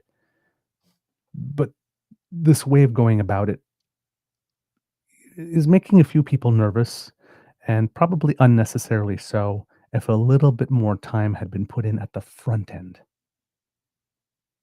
on consultation and ensuring that people were people's concerns were actually see the thing is you have to do more than say we're taking your concerns in consideration. You have to show people that you are, and you have to be seen as doing it. And that's the phase that is missing here. It's like, we've given you a mandate. Yes, we trust you. Yes. But show us the work. Let us see you doing that work of the proper consultation and taking concerns, legitimate concerns, and giving it the due consideration that they deserve. Now, Dale Smith, who's a journalist that I like very much and I highly recommend, wrote a little bit on it. And you heard Andrew Coyne refer to Henry VIII Clause here. So he's got a piece called Round Up Quietly Objecting to the Henry VIII Clause. The Liberals' One Canada Economy Bill continues to be railroaded through Parliament without proper scrutiny and with the worst possible excuses from ministers and parliamentary secretaries possible. Now, this was written yesterday, but this is the point I'm getting at when he's talking about the worst excuses. Quote, we won the election promising this, or this is in response to a crisis. Get lost with that nonsense. While there are Liberals who are quietly objecting to the process, particularly the speed through which the second half of the bill, i.e. the giant Henry VIII Clause, are going through without actual Indigenous consultation on the legislation itself, they are absolutely correct in saying that this is going to damage the trust that they have spent a decade carefully building. Here's the thing. While ministers are going to committees and the Senate swearing up and down that these projects of national importance are going to respect environmental regulations and Indigenous consultation, the very text of the bill betrays that notion. Now, that's prior to amendments being proposed when this was written. The open-ended list of legislation affected by the Henry VIII Clause shows that they can bypass environmental laws or even the Indian Act through regulation, though regulation shows clearly they don't have to respect their. Sorry, let's try that sentence again because I keep tripping over myself. The open-ended list of legislation affected by the Henry VIII Clause shows that they can bypass environmental laws or even the Indian Act through though regulation shows that clearly they don't have to respect either environmental laws or that the consultation doesn't need to be meaningful or engage in free, prior, and informed consent. Now, as Kit Linda mentioned, there was an amendment that was passed that says that you can't. There's certain laws that you can't bypass now, but at the time of writing, that was the case. If they did want to respect those things, they wouldn't need a giant Henry VIII clause to bypass them. And frankly, the fact that the Conservatives are supporting this bill should be yet another red flag, because the Conservatives very much want to use this Henry VIII clause if they form government next before this law sunsets, and they can blame the Liberals for implementing it. It's so stupid, and they refuse to see what's right in front of them. And let's not forget that you still have Danielle Smith and Scott Moe demanding that environmental legislation be repealed, as the planet is about to blow through its carbon budget to keep global temperatures from rising more than 1.5 degrees Celsius. And when it comes to Indigenous consultation, Doug Ford rammed through a bill to make these development projects law-free zones, while falsely claiming that First Nations are coming, quote, cap in hand, while refusing to develop resources in a clearly racist rant, ignoring that their objections are often to do with the fact that they have repeatedly been screwed over by proponents and wind up being worse off, which is why they want revenue sharing agreements that companies don't want to provide. When this is the, quote, partnership with provinces that Carney touts, it's really, really not building a whole lot of trust. Meanwhile, 300 civil society groups are calling on the government to scrap the border bill because it has so many potential rights violations within it. The department offered some clarifications on the immigration and refugee portions, but that's not sufficient for those groups. Citizen Lab also did an analysis of the lawful access provisions within the bill as they interface with American data sharing laws, and they can be pretty alarming for the kinds of information that the Americans can demand that the border bill would provide them with. Now, the border bill is not C5; it's I think so. No, the border bill C2. So, but it's just this general vibe, right? That people are saying, whoa, this is a little much and a little fast. So you said it's not necessarily questioning the intent. And that's a rhetorical device that people use when you're saying, but there's a problem here. Yes, but my intent is good. Yeah. I know you want me to keep on focusing on your intent. And you're going to soothe me by saying your intent is good. I'm focused on process. Right? People, process queens in an organization annoy the fuck out of people. They're there for a reason. Our good process matters. When you have good process, you are guaranteed to have that predictable, stable, transparent environment that you are seeking to generate and attract those business dollars. So process matters. It's boring, it's not sexy, but it matters. Chantal Hébert is of the opinion from that at issue thing that you can undermine your goals by going too quickly. And she's saying, like, at some point, there will be a price to pay. It won't be tomorrow because we're still in the honeymoon phase, but there will be a price to pay at some point if this type of approach persists and seems to permeate all things. Do you have any extra thoughts on this, Mr. Grizzly? No, not really. Just the whole thing is just disappointing to me that when you have the Liberal government trying to put this bill through and the Conservatives are cheering them on, I'm like, that's a recipe for disaster. Yeah. That should make you panic. Yeah. Now, the last little clip I have on this is from Mia Rapson. I'm relatively new to power and politics over the past few months, but I really like her general. She's relatively consistent and brings some thoughtful commentary. And here she's mentioning, talking a little bit about a lesson that the current government might be learning by proceeding this way, and with the pushback that they are getting. Just trying to cue it because the cue point doesn't seem to align with Oh, so interesting. what she's not there. Life for knife is She's not there? not at the cue point you gave me.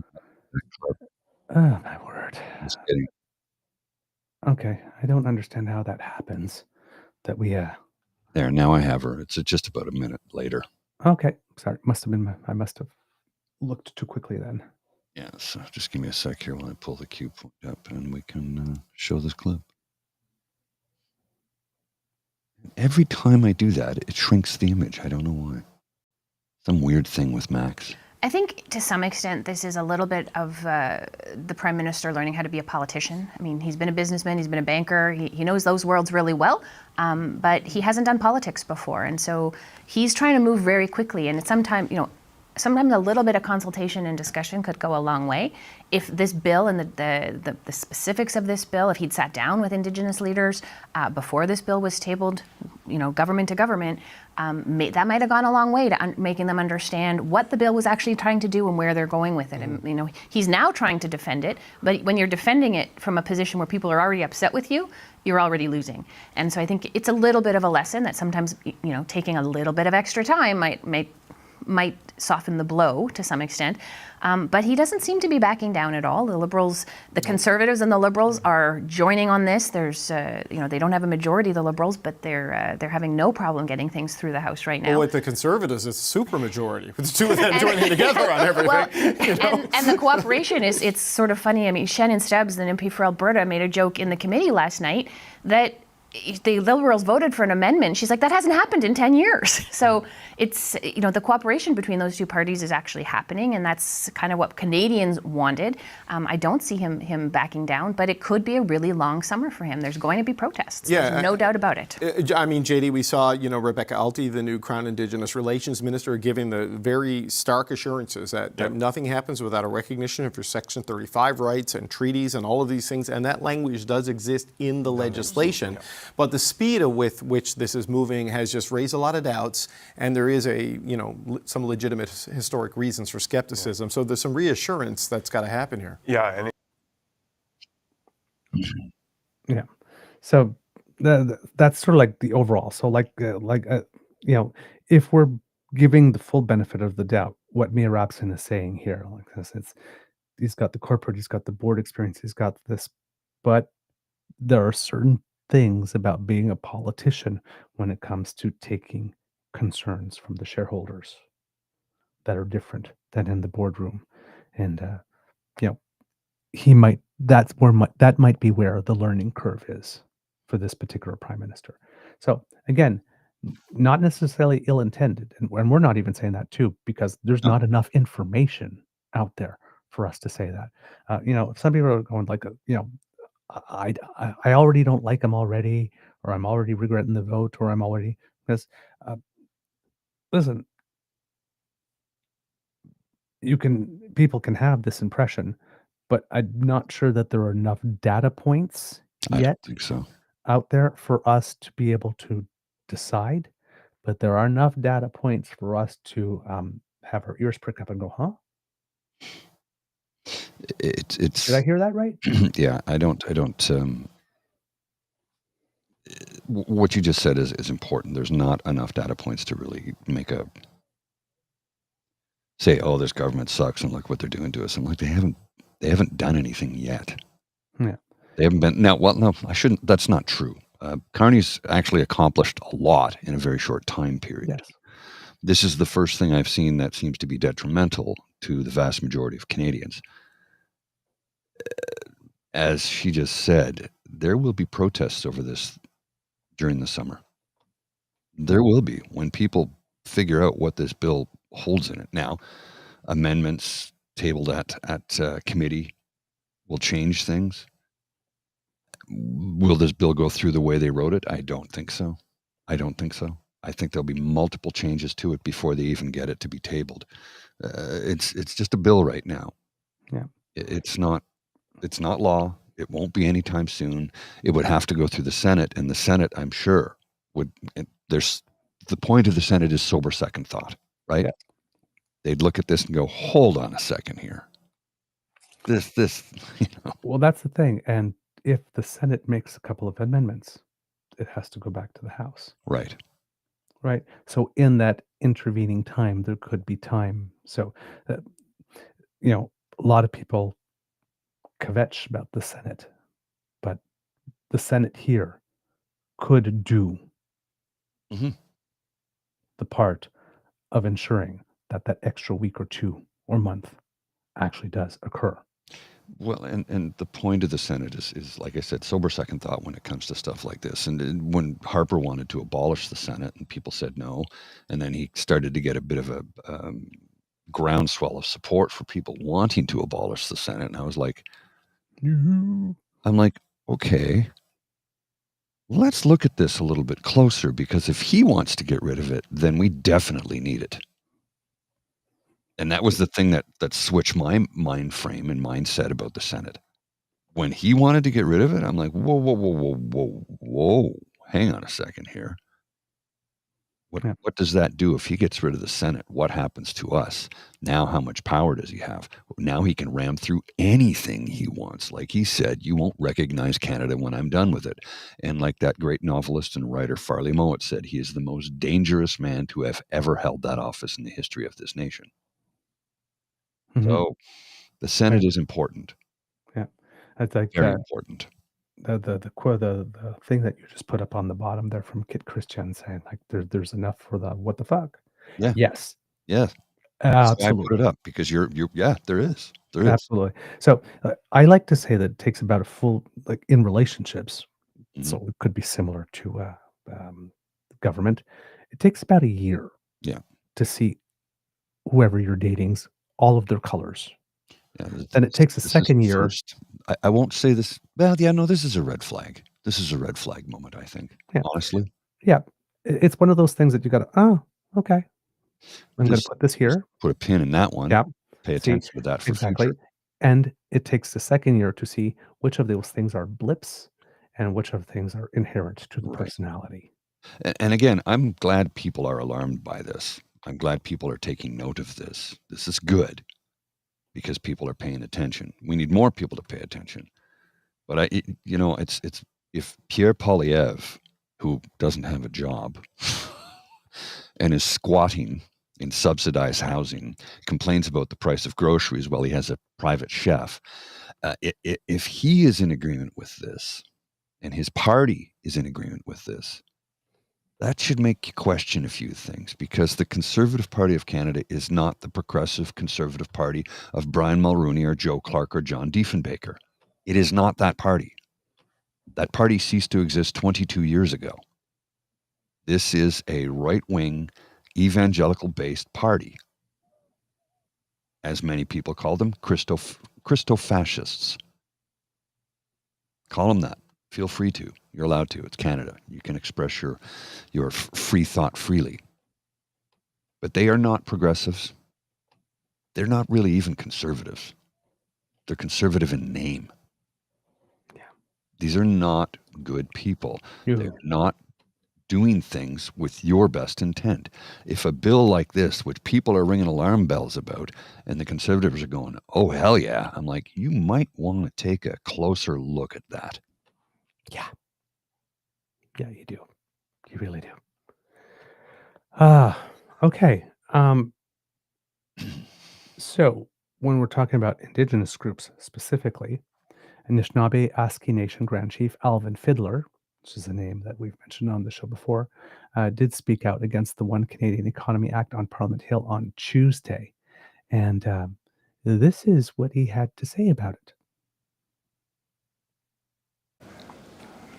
I just want to start off by saying that how profoundly disappointed we are in this new Prime Minister, Mark Carney, and his government. That after so many years of his predecessor's effort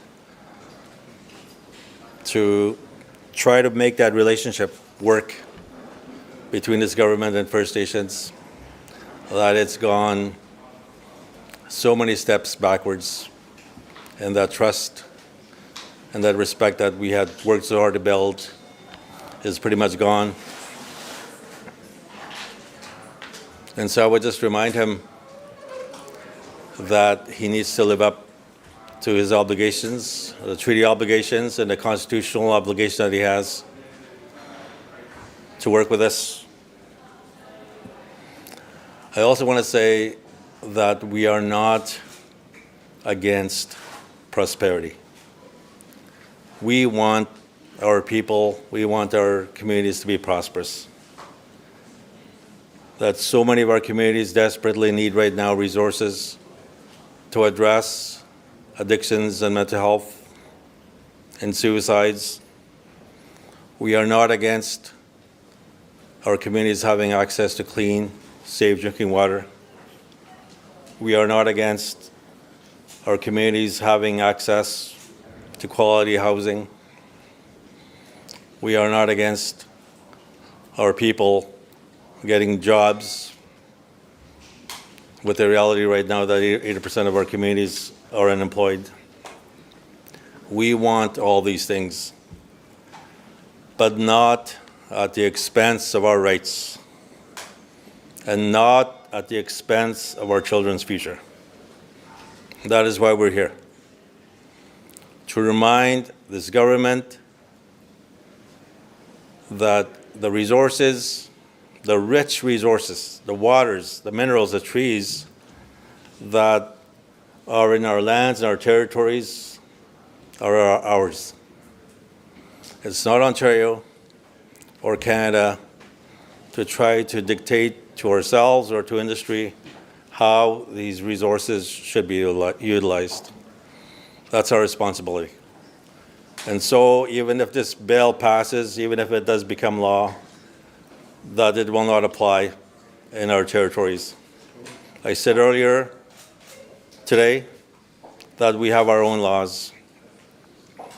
We have our own sacred responsibilities to protect our lands, our resources, to ensure that our children have a future. And we are determined to continue to uphold those responsibilities that we have. That's why we're here. So, pretty clear statement here by Chief Fiddler, and making the point that the decade that we've just spent working on reconciliation here, the trust that's been built there through that could be put at risk. Yeah, it could be undermined. It could be put at risk. It could Undermined, that's the word I was looking for. It could be undermined. I very much see that. And I agree with what he's saying. It's like your predecessor had put a lot of work into this, and now it seems like you're just going to throw the baby out with the bathwater. That's the gist of what he said. Like, I agree with what he said. It's, we're living on stolen land. I got something about that later on the show too. Well, I won't be here for it because I got to go. All right. I got to take off. So thanks for joining us, folks. I'm working on a couple of music projects right now that hopefully I'll get them posted later today if time permits, and shooting some video and recording some things to add to the plethora of things that I do. I got to go. I got to get my Ms. Lola out because she's eager to go for a WALK. And I'm going to take her around the neighborhood so she can do her patrol and her inspection, make sure everything is up to snuff for her. And I will I'll see you all later. All right. See you, my friend. Now, this is from Monday, so it's a little out of date, but critics warned, this is from from the Canadian Press, Kyle Duggan, courtesy of him. But yes, with regard to people in the House because we do have some Indigenous members of the House of Commons. Critics warned that the proposed law would allow Ottawa to flout its constitutional duty to consult with First Nations under Section 35 of the Constitution. NDP MP Leah Gazan warned Monday that these fast-track projects will only wind up in the courts over the government's failure to properly consult with Indigenous peoples. Quote, "The federal government is absolutely bulldozing over democratic principles in favor of corporate interests, and it's going to have bad consequences. This is abhorrent. This is unprecedented. We need to ensure governments have proper oversights, not provide ministers and cabinet with unlimited powers to make decisions in violations of constitutional obligations." Constitutional experts told the Canadian press that the legislation's most far-reaching provisions are likely to survive a court challenge. Paul Daly, chair in administrative law and governance at the University of Ottawa, said while the provisions giving the executive more power are controversial, they're likely constitutional. Sections 21 to 23 of the bill allow the executive branch to bypass existing rules and processes in 13 laws, including the Canadian Environmental Protection Act, the Indian Act, and the Impact Assessment Law, through a regulatory process that does not need to be approved by Parliament. These are the sections as what's known in the legal community as the Henry VIII clauses, a reference to a king who preferred to govern by decree rather than through Parliament. Courts have not found these to be constitutionally invalid, Daly said, adding there are guardrails in the bill and charter rights will continue to apply to the legislation. It's similar in character to the carbon tax legislation from a few years ago where the Supreme Court said the Henry VIII clause was constitutionally valid, and I suspect that a court, if this statute were challenged, would come to the same conclusion. Anna Johnston, the staff lawyer at West Coast Environmental Law, said sections 22 and 23 are very worrisome because they could allow the federal cabinet to exempt a pipeline or some other project from the Species at Risk Act. She said the bill overall gives the federal government too much leeway on the Crown's duty to consult with Indigenous peoples on decisions that affect them. Quote, "If I were Canada's lawyers, I would have advised them strenuously against this bill. That consultation has to be meaningful, and I worry that, especially under the timelines that this government wants to make these decisions, that this bill is basically circumventing the government's constitutionally required duty to consult." Liberal MP Jamie Battiste, also Indigenous, insisted that the legislation should not be so controversial and blamed the public outcry on bad communication and a lack of understanding of the bill's contents. Quote, "This legislation not only takes the step of saying that the duty to consult on these future projects is there, but there actually has to be meaningful equity and participation. That has the opportunity for some lucky First Nations to have billions of dollars worth of equity as part of these major projects, and I'd love to see that and some clean energy in the Atlantic." So that's that portion of it here. Elizabeth May herself stated that Prime Minister Carney's decision to ram the major projects bill through the House represents a new low in contempt for Parliament. She told a press conference that she hasn't seen anything like it since the Conservative government under Stephen Harper pushed a major omnibus bill more than a decade ago. She said she was shocked by Harper's decision to bring in fast track let's try that again. She said she was shocked by Harper's decision to bring in and fast-track C-38 in 2012, a bill that was 400 pages long and destroyed 70 environmental laws. "This is worse," she added. "It appears to me, and it remains to be seen, that Mr. Carney's new majority coalition is liberal-conservative, delivering Conservative leader Pierre Poilievre's policies with a more friendly face." That might be a little bit of hyperbole here. May spoke outside the House of Commons foyer Monday morning alongside First Nations leaders, NDP MP Gord Johns, and lawyers from environmental groups, all of whom raised concerns about the legislation and the pace at which it's sprinting through the Commons. Grand Chief Linda DeBasig of the Anishinaabe Nation said First Nations have, quote, "not been consulted on this bill appropriately or adequately." Quote, "This bill presents serious concerns that, in our view, creates a path forward for any government to create legislation that undermines the rights and interests of our First Nations peoples," she said. And then, soon after the bill was presented, the Liberals had passed a closure motion with the support of the Conservatives to speed through the study and debate bill by week's end. And this here is the type of commentary we're getting at the beginning of the week, and we've noticed that it's switched. But Government House Leader Stephen McKinnon defended the government's haste on Monday, arguing that it has public buy-in since the bill delivers on major Liberal campaign promises from the recent election. Quote, "We just had the ultimate democratic test, and you know what we heard? Get this country moving. We need a response to the threats coming from down south." And that was the extent of the justification. It has to be more than that, right? So that's where people were getting the sense, the very high-handed dismissal. It's like, we were elected to get this country moving. That's what we're doing. Yes, but again, not any which way. Senator Paul Prosper said he will try to slow down the part of the bill dealing with major projects in the Senate with an amendment. If the Senate amends the bill, it would have to go back to the House of Commons for another approval. So there's at least one senator who's thinking of proposing an amendment that could slow down the process a little bit. The article here doesn't say at that time how much support that he has in order to accomplish this. But the Senate here could, in fact, do its duty and ensure that the thought and consideration that didn't happen through the House process does happen through the Senate process. Now, Kits and Cubs also on the indigenous issue, as you saw, Kits and Cubs.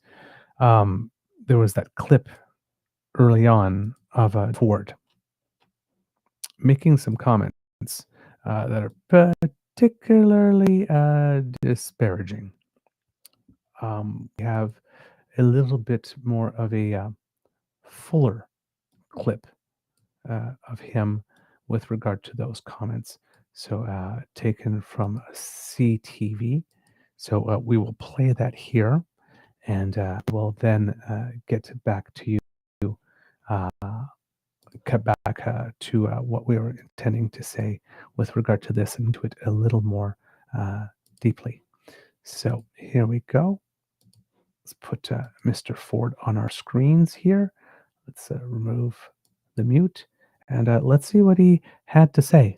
To some blunt talk now from Premier Doug Ford as he gets ready to meet with chiefs representing 39 First Nations in Ontario today. This is like handing an opportunity on a silver platter to First Nations that by the way, I have treated like gold. But there's going to be a point that you can't just keep coming hat in hand all the time to the government. You got to be able to take care of yourselves.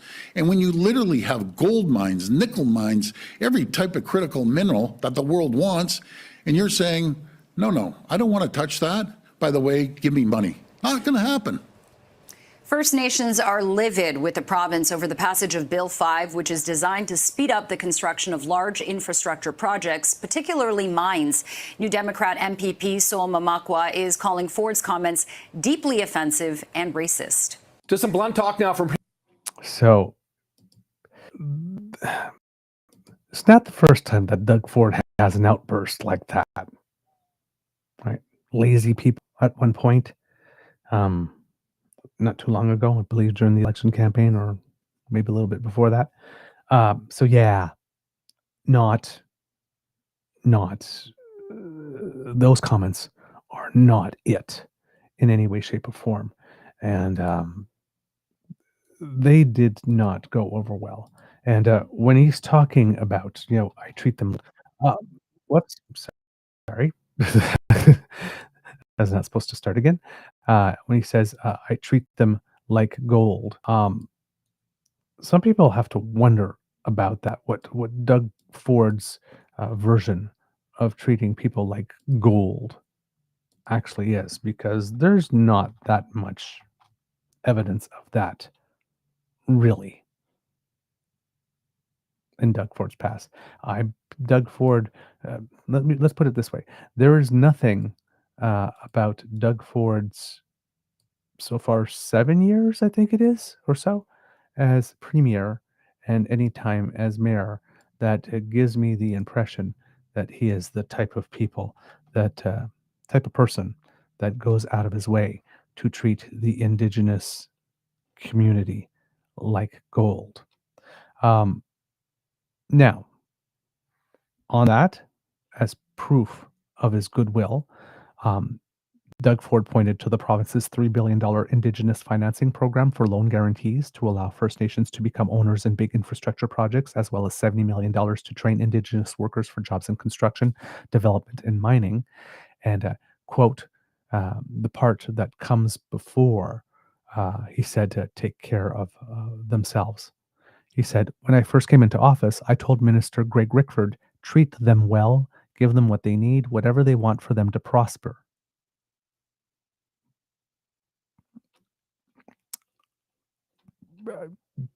If he says that, again, there's no way we can know that's true, but that's what he's claiming.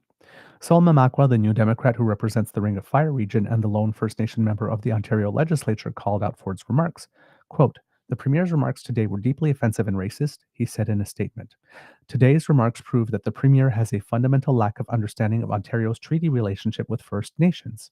Mamakwa urged Ford to repeal the bill, which was only passed into law 2 weeks ago. Quote, "He is trying to create divisions in our province, and this is taking us back. This Premier has made it clear that he won't bring people together, uphold the honor of the Crown, and obtain free, prior, and informed consent." Now, Doug Ford, as that article alluded, had a meeting scheduled with members of the First Nations community. And those are the things that he said going into that meeting to sort of set the tone.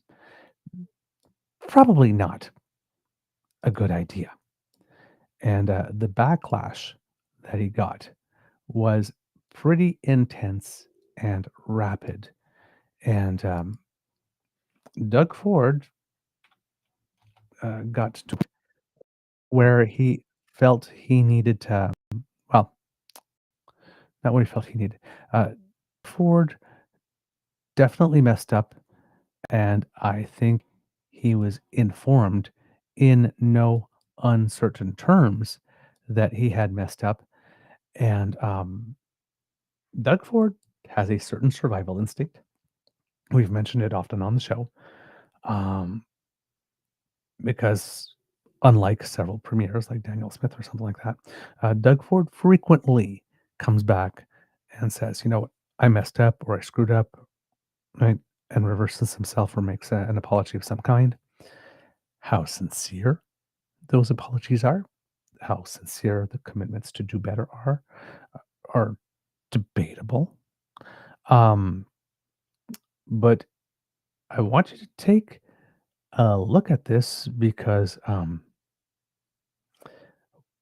whatever was told to him definitely must have affected him, because this is there is some expressions in body language from Doug Ford in the following clips I'm going to show that I've not necessarily seen before when he is backtracking. So again, I'm not a big fan of thinking that Doug Ford is sincere, and maybe he's not sincere here. However, he bopped on the nose with something heavier than a rolled up newspaper. And whether he's sincere or not, he felt it. Let's just put it that way. So again, look at his body language when he walks in. He tries to do the folksy thing once or twice in the comments. Doesn't really work in this case, because the stakes are just that high. But yeah, a humbled, maybe, Doug Ford.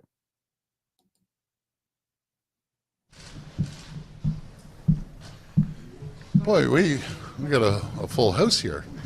Yeah, I wonder why. Given the preview. Well, first of all, I want to say I feel we had a very productive meeting. And Grand Chief, thank you so much for coming. And what I said when I went in there, and I'm sincere about this, when I go out, and yesterday, I get pretty passionate. And I just want to say I sincerely apologize for my words, not only if it hurt all the chiefs in that room, but all First Nations. Because we know that if we work together, and I said during the campaign, nothing moves without First Nations consultation, respecting duty to consult, and make sure that we work together. And I get passionate because I want prosperity for their communities. I want prosperity for their children and their grandchildren. And I also mentioned when I was in the meeting about when we work together, ourselves, be it the province, First Nations communities, and the federal government, we're unstoppable. And there's one person we need to stop, and it's Donald Trump. And I also always say the foundation of, be it healthcare, be it economic development, transportation, policing, within First Nations communities, starts with the economy. And there's no one that wants more to make sure everyone prospers than I do. And again, Grand Chief, I want to repeat it again. I sincerely apologize if I've offended anyone. I thought we had a phenomenal meeting, and there's a lot of work to do. We're going to continue to meet. I've been invited up to a lot of First Nations communities because Minister Rickford always promises me he's going to bring me fishing, but he never does. But a lot of chiefs have said, come by. And I've also always said, anytime I go to First Nations communities, they treat me like gold. And that I'll be forever grateful. But we're going to work together. We're going to get through this. And we're going to have a great collaboration. And as I said before, I'll always respect treaty rights. And I'll always respect duty to consult. Because without First Nations, we can't get the critical minerals out of the ground. We can't have the energy that we need, that the whole world wants. So again, Miigwech, appreciate everything. Miigwech. Thank you. Do you accept? Okay. First of all, Doug Ford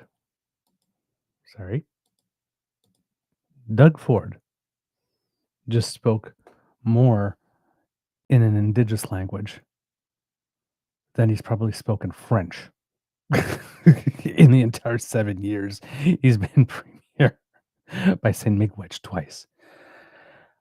Doug Ford usually, when he's doing these types of things, he usually has some smiling type eyes type thing. If you're looking at his face, there's no joke in that. There's no Aji shucks folks in his eyes. He's still got the rhetoric in terms like nobody wants to see them prosper more than me. I'm sure there are several people that would like to see them prosper more than you do. Because if that were the case, you would have a track record over the time that you've had a mandate to be able to point to with regard to that. But clearly, the man is humbled here. So whether he's sincere, that's another thing. And he did this thing that people do when they apologize that really annoys me. I apologize if I offended. No, there's no if. Right? You came to this press conference after apologizing to them privately in the room, I'm sure, and then made a point to also apologize publicly, which you should do because you made the comments publicly.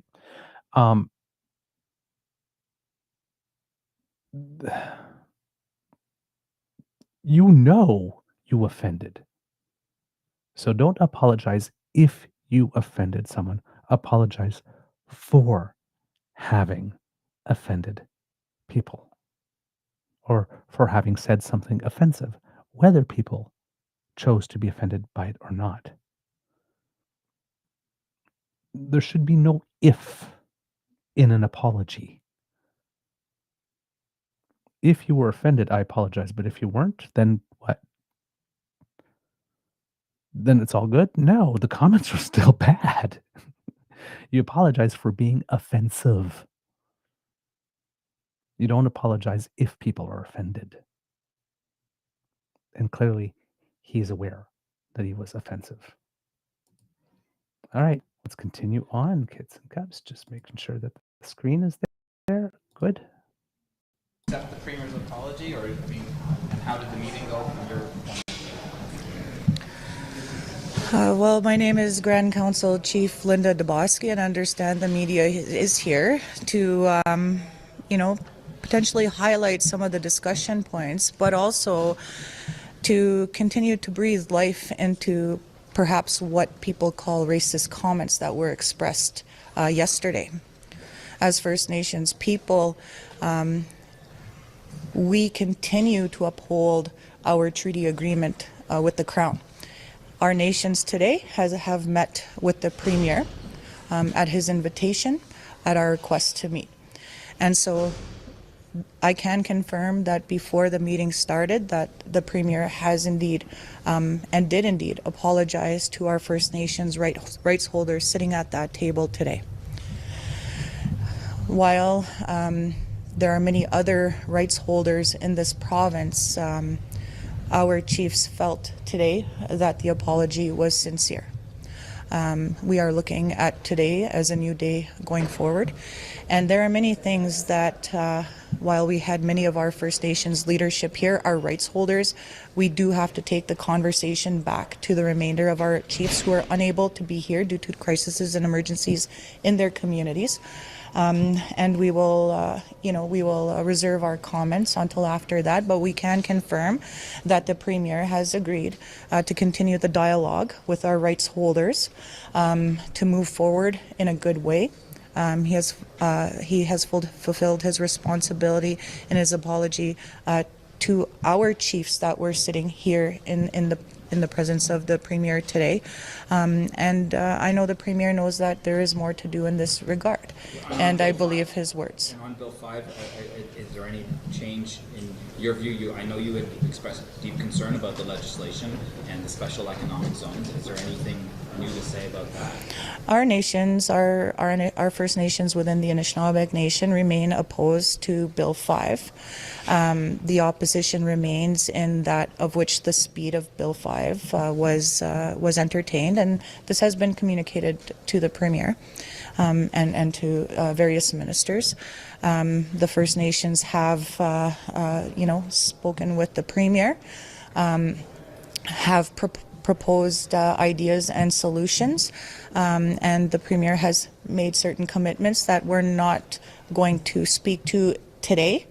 We do have to respect our nations who weren't in the room today to have those further discussions and to keep the discussions with the Premier within that realm. We are not here to perpetuate a circus, to perpetuate misinformation. We remain steadfast in the rights of our nations. We remain steadfast in supporting those rights and how our First Nations are going to work with the Crown. And I can commit that I can share that the Premier has committed to continue in having that ongoing dialogue with our rights holders in a respectful way.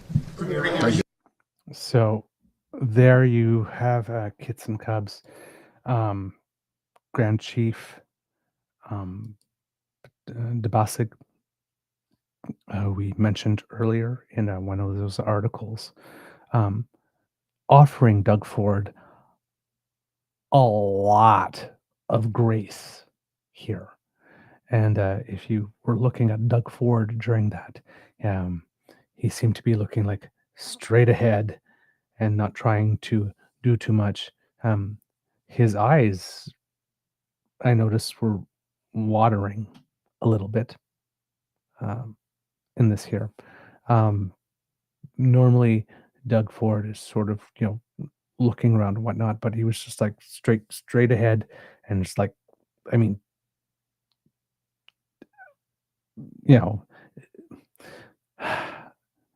she wrapped it in kindness, but she said some pretty hard-hitting things there, standing right next to the Premier, right? And not going so far as saying, I believe that these are racist comments, but, comments that, a lot of people think are racist.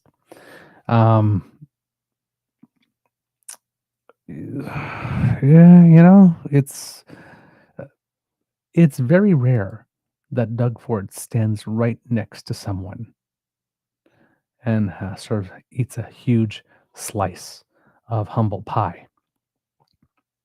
And that happened in this case here. And it's a pretty rare occurrence. Now, let's go back because, you know, as soon as she says this, Doug Ford comes in to talk about, you know, to continue here. Are you open to some of those discussions and those proposed ideas? Well, I'm always open for engagement, and we're going to continue on with engagement because, as I've said, I said it during the election, I've said it over and over again, nothing can move without consultation with the First Nations communities, because I want the First Nations communities to prosper, and I want to make sure that their young people get the $10 million. Oh boy, I just blanked out. The $10 million education scholarship, and the $70 million of training. But more importantly, I want to make sure they're part of the $3 billion of equity that we're offering to First Nations. And I feel if they have equity partnership, then they have ownership. And when you have ownership of something, you're going to make sure you take care of it. You're going to make sure whatever that ownership is, you're going to prosper. And I look forward to continuing to communicate. I also look forward to going up to their communities and paying them a visit, talking to their communities, looking at their needs, no matter if it's long-term care or be it sewers or water sanitation, so on and so forth. I want to be there to help them. That's my goal. At the end of the day, that is my goal, to make sure First Nations communities prosper, because when they prosper, Ontario prospers, and when Ontario prospers, Canada prospers. And time is always of the essence when you're being attacked economically by President Trump.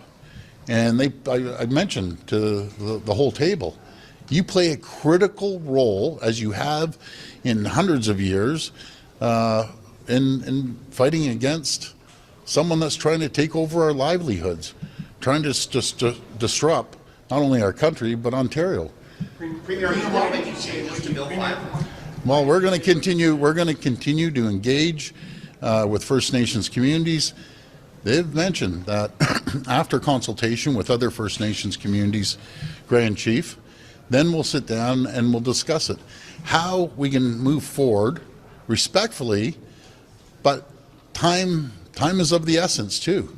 And there's a once-in-a-lifetime opportunity, once-in-a-generational opportunity to move forward and make sure that everyone prospers. I'm going to clarify. Yeah. Thank you, Premier. To note before media misinterprets the Premier's comments, this meeting specifically today was not consultation of Bill 5 with our member nations. I agree with that. It was a meeting that our First Nations requested, our First Nations leadership requested. The Premier offered a date to our First Nations leadership, and they accepted. And today was an initial meeting. We have our discussions and deliberations that our First Nations need to do, respecting their roles as rights holders, and sharing about our conversation today with the Premier. So we're not in a position to speak to the details of those discussions until, we speak to our member First Nations who are unable to be here today. Thank you. So there, Doug Ford, okay, the chief coming in. I like this chief coming in. It's like, I'm going to make a clarification here, Premier. It's like, and make it very clear. At this particular meeting, that was a meeting that was scheduled, and it was a meeting that was at the request, at their request. But it's not consultation for Bill 5 at all. And Doug Ford goes, yep, I agree with that right away. Says, yes, this is not part of the consultation on this, the meaningful consultation. Again, I have never seen Doug Ford do that. But this chief here is protecting, in her responses, not only the process, respecting the process between them, but also protecting, right, their truth in that, if they listen to Premier Ford's words and say, okay, I guess this is what this means. It's like, no, I want you to come here before you take those words and reinterpret them. Because this is what those words mean to us, with the unsaid part being, so if you're going to report on what those words meant to us and not how you interpret them, what they mean for you.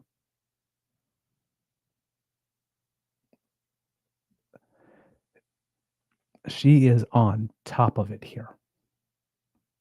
All right. So she offers the clarification. There's some questions coming in. The first question comes from Colin DeMello. You can't really hear the question so much, but basically asks Doug Ford, why'd you say it in the first place? Like, dude. I agree with Brandon. You can articulate exactly why you felt the need to apologize today. What about your comments? Well, you know, Colin, you know something, Colin, I sit back, I get passionate because I want to help people. That's what it is. And I speak from the heart, and sometimes my words don't come out properly, which I think you've all seen over a number of years. But I'm never too shy to go up, stand in front of the cameras, stand in front of, there's about 30 chiefs in the room, 30, 40, somewhere around there, and say, you know, my words that came out yesterday, this is what I'm trying to do, is prosperity, and I sincerely apologize if that has offended anyone. I've never been too proud to sit back and apologize for something that I've said or have offended someone, but at the end of the day, I want the communities to prosper. That's what I want. When I heard a lot of the needs, and not just from the group of chiefs that were here, but many other chiefs that need things in their communities. The way you do it is by prospering, working all together, and working collaboratively together. That's how we all prosper. But yeah, you're saying you're speaking from the heart, but the Grand Chief just said that it was interpreted as racist comments. So in your heart, and you know something, I'm not going into that bear trap, Colin, because we had a very respectful meeting in there. They know exactly how I feel. I know exactly how they feel. And we're going to work together that everyone prospers. Everyone prospers. And did you? I'll clarify that. Mm-hmm. So I just want to add to that. Those meetings, in our view, were of that. And it are our chiefs today. While going to this meeting, we were, our chiefs, our rights holders, we're fulfilling their duty as a treaty partner to have those respectful dialogue and communications with the Crown. To be honest, we weren't expecting apology because of how we feel we've been treated. And so we acknowledged, all of our chiefs have acknowledged and accepted in that room today the Premier's apology. We were in that room, right? So in terms of misinformation, you know, I will speak to that because journalists listen to everybody always speaking here and misinterpret some of those comments that become polarizing and become very, I guess, disrespectful in a way that allows society to be polarized against each other.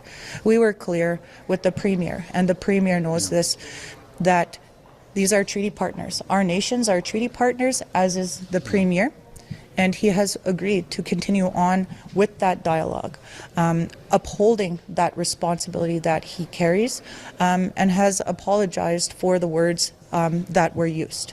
Apologizing to a bunch of cameras is not that meaningful, but again, I can't, and he can't, eloquently describe what that room was today, but we are reserving our comments into the content and detail of that conversation to a later time to allow us to respect our rights holders, our chiefs, to have that dialogue and communication of what transpired today. Last question. Mr. Rickford. could you talk about what you're So again here, Grand Chief coming in to offer some clarification to protect what actually happened in that room. Listen, I don't trust Doug Ford further than I can throw him, and I can't lift the guy up. All right. I am the first to say Doug Ford apologized. That's insincere. Because could be the case here. But the Grand Chief, whether the apology is sincere or not, we'll find that out in due course of time. But the Grand Chief here is offering him tons of grace, and she seems to be convinced that what happened in that room was a major step. She wasn't expecting Doug Ford to walk in that room and apologize based on everything she knows of him to be true. Now, yes, we can be cynical. And listen, I'm right down there with you. Right? It's like, oh, he's looking at his chance as prime minister going up in smoke. Oh, man, he's scared. Ooh, it's just, here we go, get Frankie here. Smooth talk just enough for that compromise. You know what? Could be. Could very well be. But as well, as Kit P and C Bio mentions here, maybe it's because I'm old, but I remember a time when this wouldn't even have happened. To me, this is more of a voice than they've had in 20 years ago, even if I accept it's a pretty poorly delivered apology. Listen, Doug Ford is not used to making these types of apologies, so I don't expect him to knock it out of the park on his first try, especially given everything we know about him.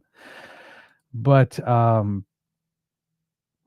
that he is there, that he went into the room and apologized, that he's apologizing before the cameras, which has whatever worth it has, as the Grand Chief says. But is standing there and taking it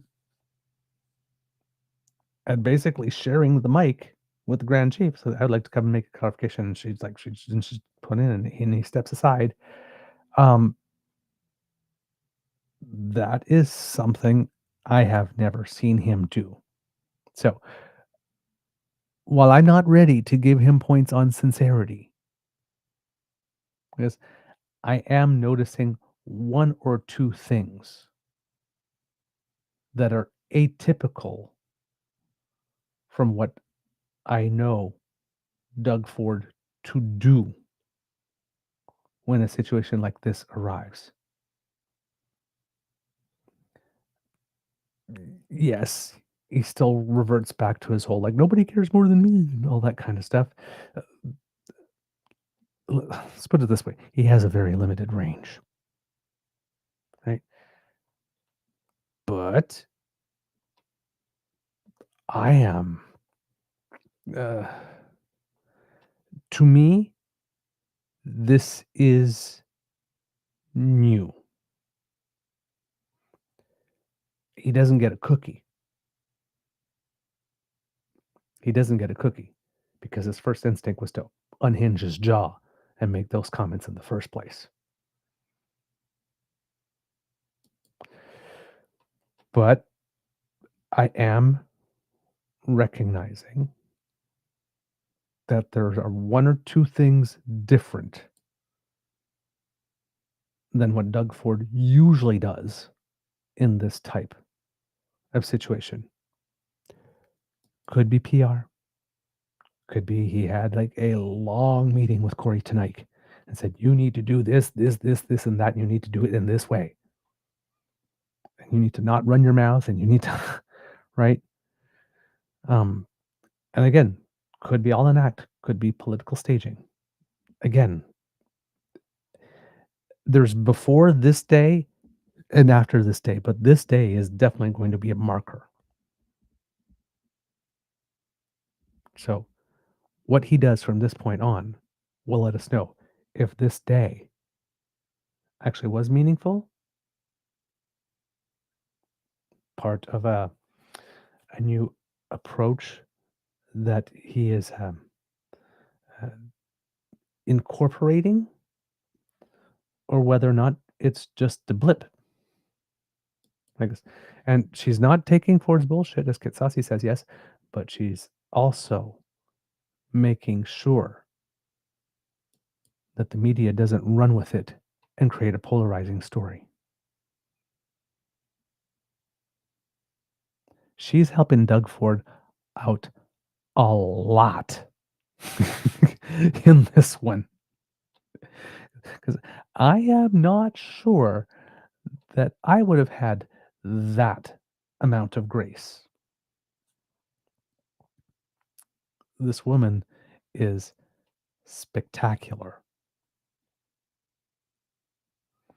All right, let's. I believe there's a couple of more, one more minute. No, with regard to this, let me just check my timestamps. Yes, a little bit more on this before. There's a couple of other questions after, but then they relate to other things. Specific concerns are about Bill 5. So if we could hear those, what are your actual concerns about Bill 5? Again, today's meeting was a meeting requested of our rights holders, the chiefs within the Anishinaabe Nation. This meeting in particular wasn't all about Bill 5. It was about Ontario upholding their treaty responsibility. The Premier has corrected himself in the hat in hand comment and has committed to be working with us as a good treaty partner and has owned what he said. And I'm not going to belabor that, but also I think it would be disrespectful to our First Nations communities to suggest their only concern is Bill 5 at this time. So again, these dialogues, these conversations that are happening directly with our rights holders need to be kept safe. They need to be kept from being misinterpreted by journalists and misinterpretation by those who may read them. And, our First Nations within the Anishinaabe Nation will always support the treaty rights and responsibilities that we share. These were contractual agreements signed by our ancestors and the ancestors of Ontario to uphold and to continue a way forward. So our chiefs today were very grateful that the Premier agreed to this first meeting today, and we too are looking forward to ongoing dialogue with the Premier. He is a man of his word. He tells us, so we know that those dialogues will continue. Premier, thank you. Thank you. Premier, can we ask you about Prime Minister Carney's Thank you so much. counter tariffs? So, and then they get into counter tariffs and all that kind of stuff, which have to do with the topic there today. But yeah, as Kit Saucy here says, the Grand Chief is guiding him now. Amazing. And in this last instance, whereas Doug Ford was like looking straight ahead and trying not to show anything, sort of zombieing out, when the Grand Chief was speaking in this last section, there were a couple of times where you could see him nodding his head, actually engaging with what she was saying as she was saying it, rather than standing there and it's like, oh, incoming, oh boy. So yeah, it is, yeah, like I said, she's very good at this, says Kit J. Yeah, very, very good at this. Yeah, and as Kit Linda M says, she's a Grand Chief. She's already the equivalent of a Prime Minister. Pretty much. Good point. Well stated. But yes, again, right? Kit Frankie, doesn't help that he always uses that cop-out. But I just want Ontario to prosper. Yeah. See, he has his rhetorical safety blankets, I call them, that he runs to. And that's for, like I said, his range is limited. And he stretched a little here. Not the most elegant, not the most eloquent, right? But there's an attempt. What the motives behind them are fully will be revealed in the fullness of time, I'm sure, because this is the type of thing that only stands if there's consistency over time. right? But yeah, that's something. And that Kit Saucy here brings up a point here. Says that Poilievre apologized after Harper yelled at him for screwing the Conservatives' attempt at reconciliation. Yeah, and we know that that one was not sincere, right? Based on everything that he's done afterwards and said afterwards. I mean, he stole focus from Indigenous people on the day of the residential school apology. And then when the Pope came to deliver the church's apology, that's the day that Pierre announced to the media that he was, quote unquote, running for prime minister. So again, on a day of very great import to Indigenous Canadians, two of them, where they got apologies, one from the government and one from the church, Pierre did something to pull focus from that day.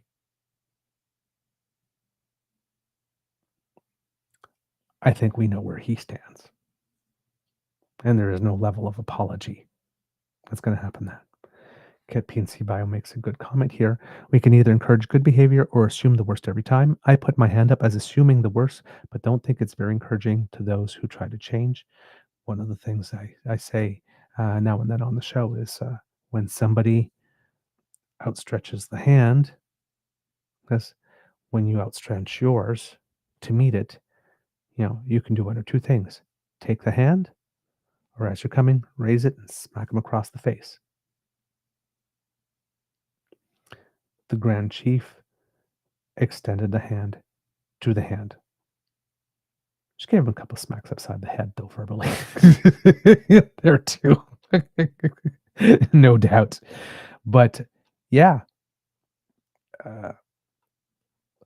hopefully, cross fingers, that this is the beginning of maybe a slightly different Doug Ford when he speaks of Indigenous people.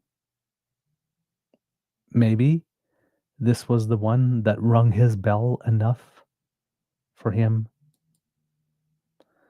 But as Kid PNC Bio says, if it's insincere, he will show it sooner than later. And as Kit Linda M says here, we will see what happens when a project gets proposed that the chiefs do not support. And that there will be the real test. That will be the real test. Listen, Kit Saucy here makes a comment. A problem of our times demanding people to become better while telling them you can't change. Yeah, exactly. So I would like to encourage, if he got his bell rung a little bit and he felt it, I guess, and maybe had an aha moment, as one would say, I hope it sticks. I hope it sticks. So, and for the rest of it, we will see. We will see. But yeah, it's after he made those comments yesterday, the last thing I expected to see the very next day is him standing next to a Grand Chief. And serving himself up a slight piece of humble pie. Whether it's theater or not. I wouldn't even have expected him to do it for the purpose of theater. So, like I said, we will see what happens with this. All right.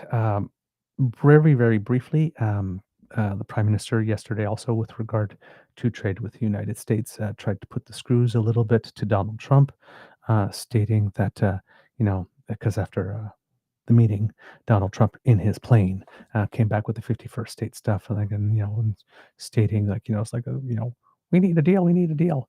Well, the Prime Minister being quite aware that Doug Ford is dealing with Donald Trump is like nailing Jello to a wall, but also taking some heat for the fact that there are no counter tariffs yet for steel and aluminum. And I can understand why he wouldn't want to do that prior to the G7 meeting. There's no point in inserting noise, but now that the meeting is over, there's still the NATO thing next week. But with that, maybe, how would I put it? But with the G7 itself as the host, not wanting to do anything that distracts from trying to have the smoothest event possible.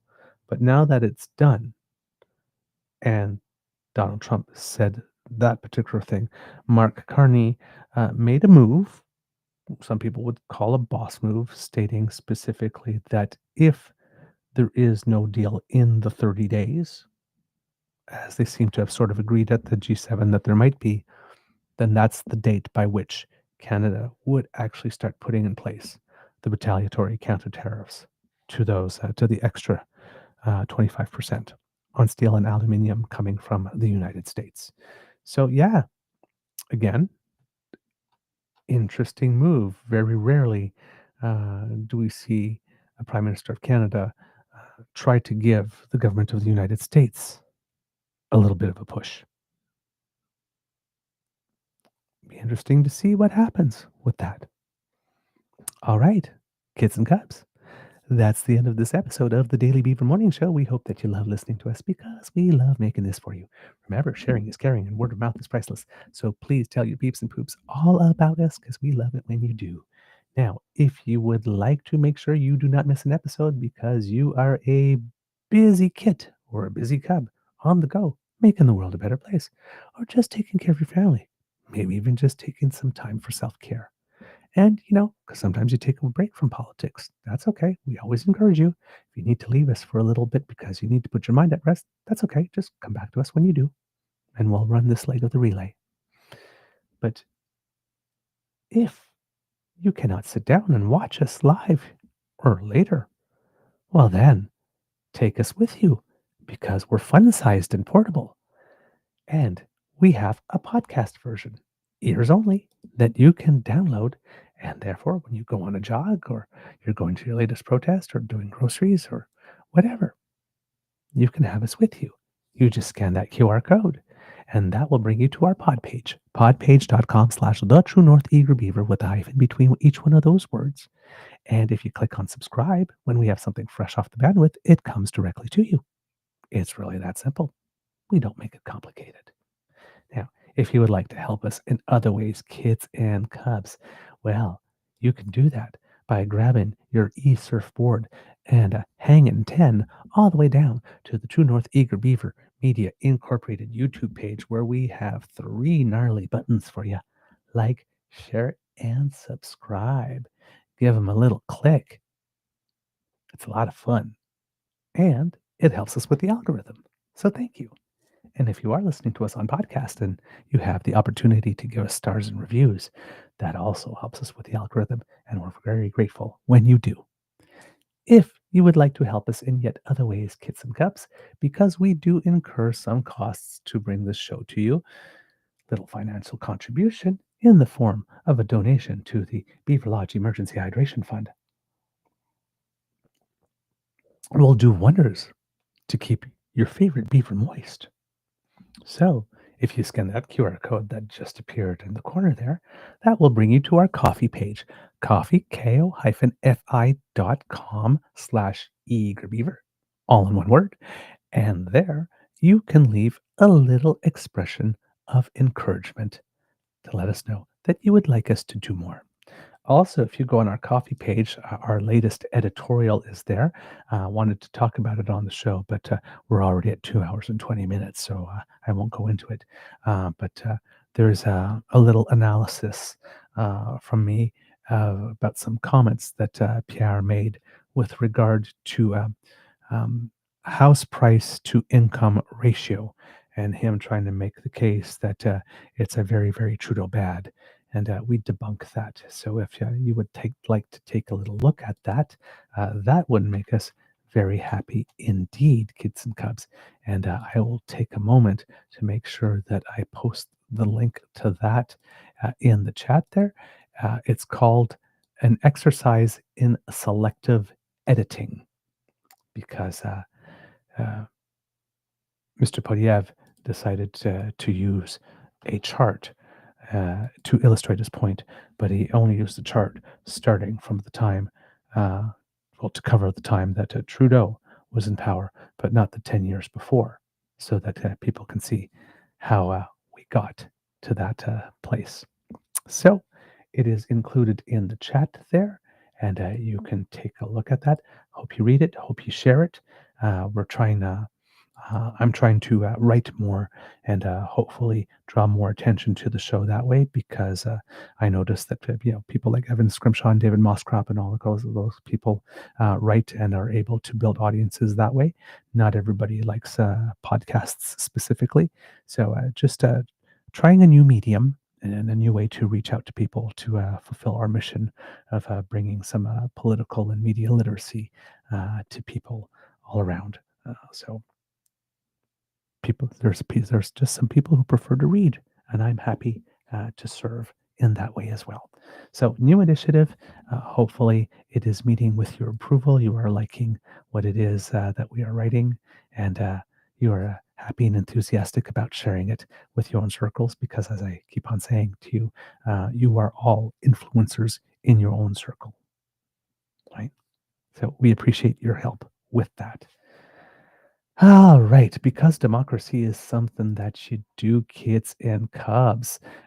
If you are in Alberta, there's by-election on Monday, June 23rd. You can vote in person at your assigned voting location. All voting locations will be open from 9 a.m. to 8 p.m. Advance voting is on. Today and tomorrow are the two last days. Advance voting started as early as the 17th. So electors may vote at any of the advanced voting locations in the electoral division. You can vote at the returning office if you're unable to vote at an advance or election day location. Your local returning office will take your vote, and they are open as early as May 26th, and they will be open through June 23rd. Office hours are 9 a.m. to 6 p.m. on weekdays, 10 a.m. to 4 p.m. on Saturdays, and 9 a.m. to 8 p.m. on voting days. You can also request a special ballot and a voting package to use this application form, although it might be a little late for that because all special ballots must arrive to the returning office by 8 p.m. on the 23rd. So if you had one already, this might be the last day to put it in the mail if you want to arrive on time, but you probably won't be able to ask for one at this time and get it in on time. Also, if you want to donate to the Red Cross to help our fellow Canadians who have been affected by the wildfires, this is the last week to do it, where your donation will be matched. The Government of Canada and Government of Manitoba will be matching donations to the 2025 Manitoba Wildfires Appeal from May 28th to June 27th. Every $1 donated will become $3 to support the families and individuals most affected by the wildfires. And the Government of Canada will match donations to the Canadian Red Cross 2025 Saskatchewan Wildfires Appeal from May 30th to June 29th. And there, every $1 will become $2 because the Government of Saskatchewan, for some reason, decided not to participate in this program the way that the Government of Manitoba did. To donate, contact the Red Cross at 1-800-418-1111. That's 1-800-418-1111. Call now. Via email at wecare@redcross.ca. That's wecare, all in one word, at redcross.ca, or online at www.redcross.ca. There you go. Words of wisdom, kids and cubs. You know what? It's Friday.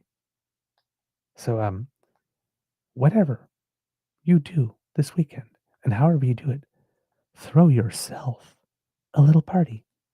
Now, if that party just means having a nice soak in the hot tub while you listen to some beautiful music with the lights down and maybe some candles up, whether doing that is having a couple of friends over on the back patio for a barbecue, whether it means going out and visiting a museum with your kids, or going camping, or anything. But throw yourself a little party, because you deserve it. I know I will.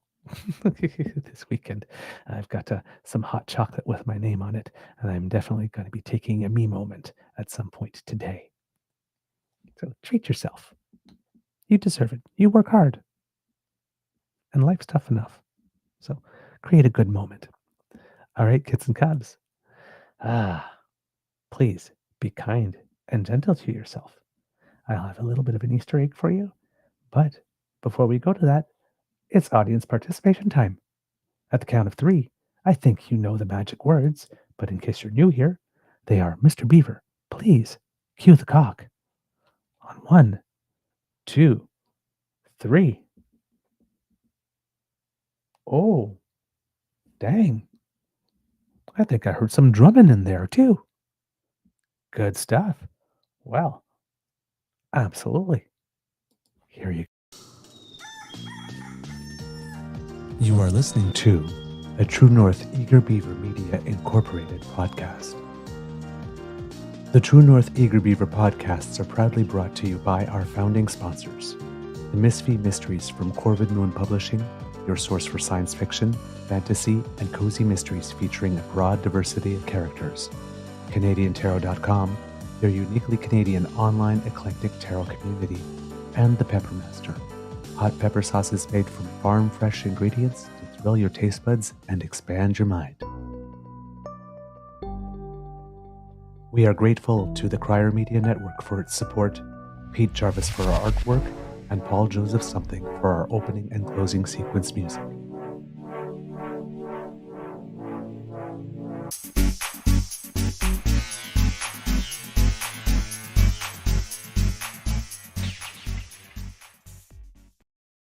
All right, kids and cubs, we have a couple of things for you today about Canadians who make us proud. And the first one shout out goes to Canada's First Lady of the Guitar, Miss Lloyd. If you have never had a chance to see her in concert, please do. She's absolutely delightful and fascinating. But Leona Boyd got inducted into Canada's Walk of Fame on June 14th.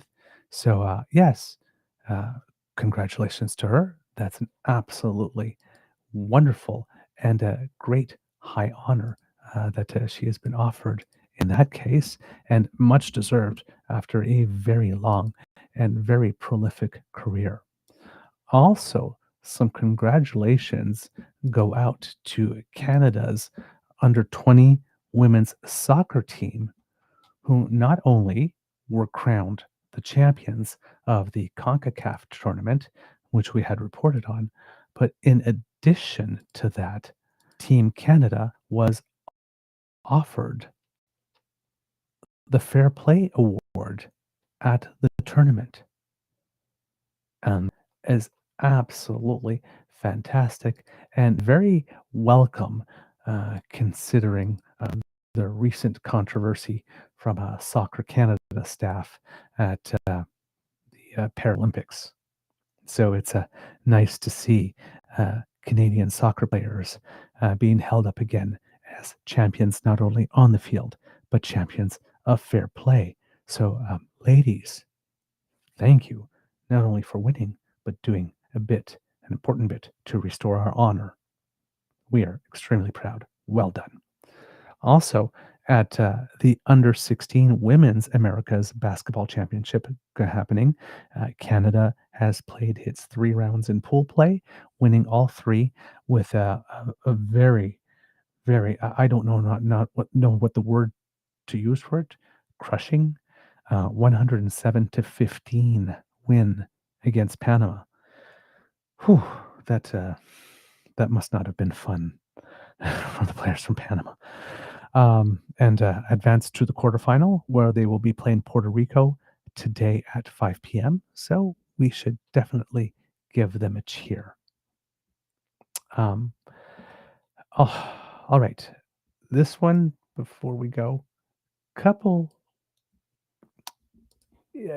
little bit of a laugh. Somebody stated something on Twitter the other day that with regard to Donald Trump coming to the G7 and then leaving early, that on the day I saw that, it was like, okay, we have a winner here. You won the internet today. And this was what was said. Canada, he was a gift. It's rude to return him.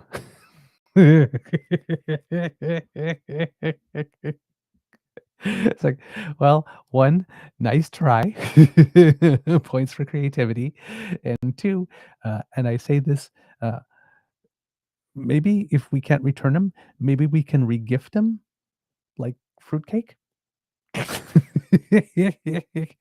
And for all the fruitcake lovers out there, trust me, I get you. I'm one of those weird freaks who doesn't regift fruitcake either. I kind of like it, although I've not stumbled upon one I can eat for the longest time, given that I'm gluten free now. But yes, when fruitcake was the thing around Christmas time, I was the first one face down in it while everybody was just walking by it. I like fruitcake. What can I say? So yeah, that provoked a little bit of a laugh. And the last one I have for you kids today is more like a ooh, ah, oh moment. Because yes, June is a month where we celebrate many things and recognize many things, such as Indigenous History Month, and of course, Men's Mental Health Month.